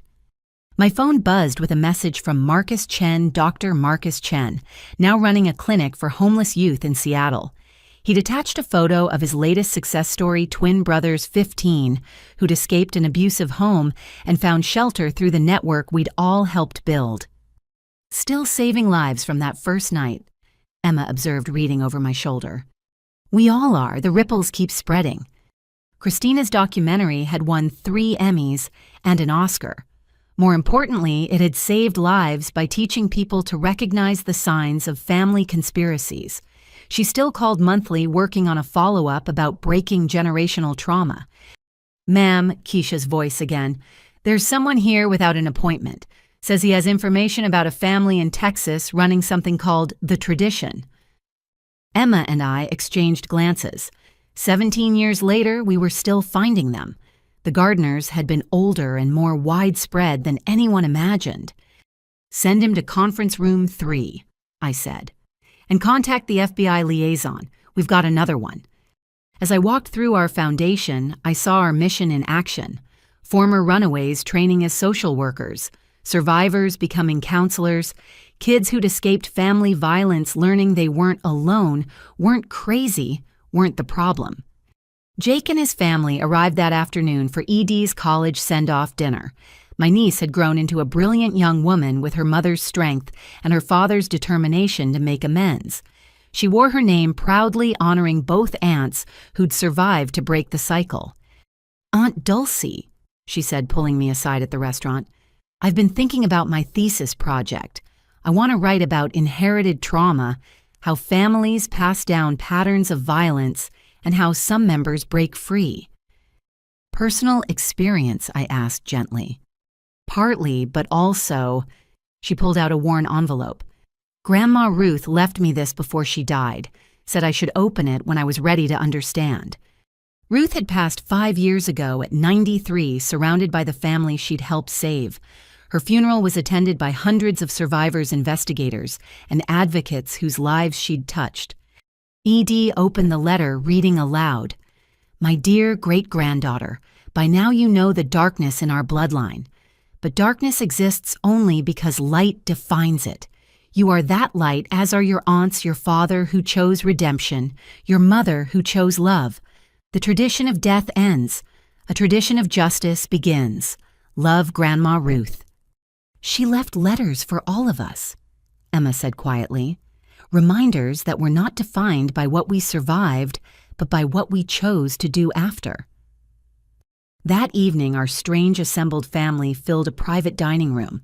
Blood relatives and chosen family mixed freely, Jake and Amanda and ED Emma, with her wife, Dr. Sarah Winters, a trauma surgeon who'd treated teen victims, me with my husband David Park, a former prosecutor who'd handled Gardner cases, Rivera and her partner Bradley, and his adopted daughters, both former runaways, Mrs. Patterson, with her honorary grandchildren, every kid she'd saved, Marcus, with his boyfriend, James Christina, with her crew. A toast. Jake proposed, standing carefully. Prison and age had humbled him, but redemption had strengthened him. To the girls who refused to disappear, who turned abandonment into action trauma, into triumph. To everyone who believed us, Emma countered, who saw past the labels to the truth. To the ones still out there, I added, still fighting, still surviving, may they find their way to safety. To family, ED said simply, the kind you choose and build, not the kind that tries to destroy you. We drank to all of it, to survival and justice, to chosen bonds and broken chains, to the 10,000 kids helped, and the thousands more we'd reach. Later, as the party wound down, a young server approached nervously. Excuse me, are you really Dulce Martinez from the documentary? I am. My parents tried something similar when I was 16, left me at a bus station in Denver, but I'd seen your story, knew what to do, who to call. She blinked back tears. You saved my life without even knowing I existed. What's your name? Rebecca Walsh. Well, Rebecca, you saved your own life. I just showed you it was possible. I handed her a foundation card. If you ever need anything job reference, someone to talk to, call me. As she walked away, Emma rolled up beside me. Think we'll ever stop meeting ourselves in other people? Hope not. Every Rebecca, every Alyssa, every kid who sees our story and knows they can survive, that's the real legacy. The girl who'd slept behind a dumpster had built an empire of compassion. The girl who'd fallen from a cliff had risen to pull others up. Together, we'd transformed the worst thing that ever happened to us into hope for thousands of others. "Ready to go home?" David asked, wrapping an arm around me. Almost. I looked around the room at our gathered family, our life's work made manifest in the people we'd saved and been saved by. Just want to remember this moment. Because this room full of survivors and fighters, this network of protection, we'd built this proof that love conquers tradition. This was what winning looked like. My phone buzzed with another alert. Another runaway found, another family conspiracy suspected, another life to save. Director Morrison, the night shift coordinator, said, "We've got a situation. 13-year-old boy at a gas station in Riverside. Parents left him there 6 hours ago." On my way, I said already moving, because that's what we did now. We showed up. We believed. We broke the cycle one child at a time. The tradition had nearly killed us. Instead, we'd killed the tradition and built something beautiful in its place. And we were just getting started. As I drove toward Riverside, Emma beside me and our team mobilizing behind us, I thought about everyone watching. If you've ever felt abandoned, ever been called troubled for speaking truth, ever wondered if you could survive your family's darkness, you can. We're proof. Trust yourself. Find your people. Break the cycle. And remember, sometimes the best revenge against those who try to erase you is to become too bright to ignore, too strong to stop, too committed to saving others, to waste time on hate. That's our tradition now. The tradition of the survivors, the believers, the ones who transform pain into purpose. Join us. The world needs more gardeners who cultivate hope instead of death. Because every child deserves what I found that night behind the dumpster, the knowledge that tomorrow could be better, that strangers could become family, that the girl who was told to woman up would grow up to catch the ones who told her that. We won. And if you're reading this, fighting your own family's darkness, so will you. Have you or someone you know ever felt trapped by family secrets or toxic traditions? What gave you the strength to break free? Share your thoughts in the comments below. Your story might be the hope someone else needs to hear today. If this story moved you, please like and subscribe to hear more narratives of survival and triumph. Share this with anyone who needs to know they're not alone in their struggle. Together we can break cycles of harm and build traditions of healing. Thank you for joining Dulcie and Emma on their journey from abandonment to triumph. May you find your own path to freedom surrounded by those who truly see and value you.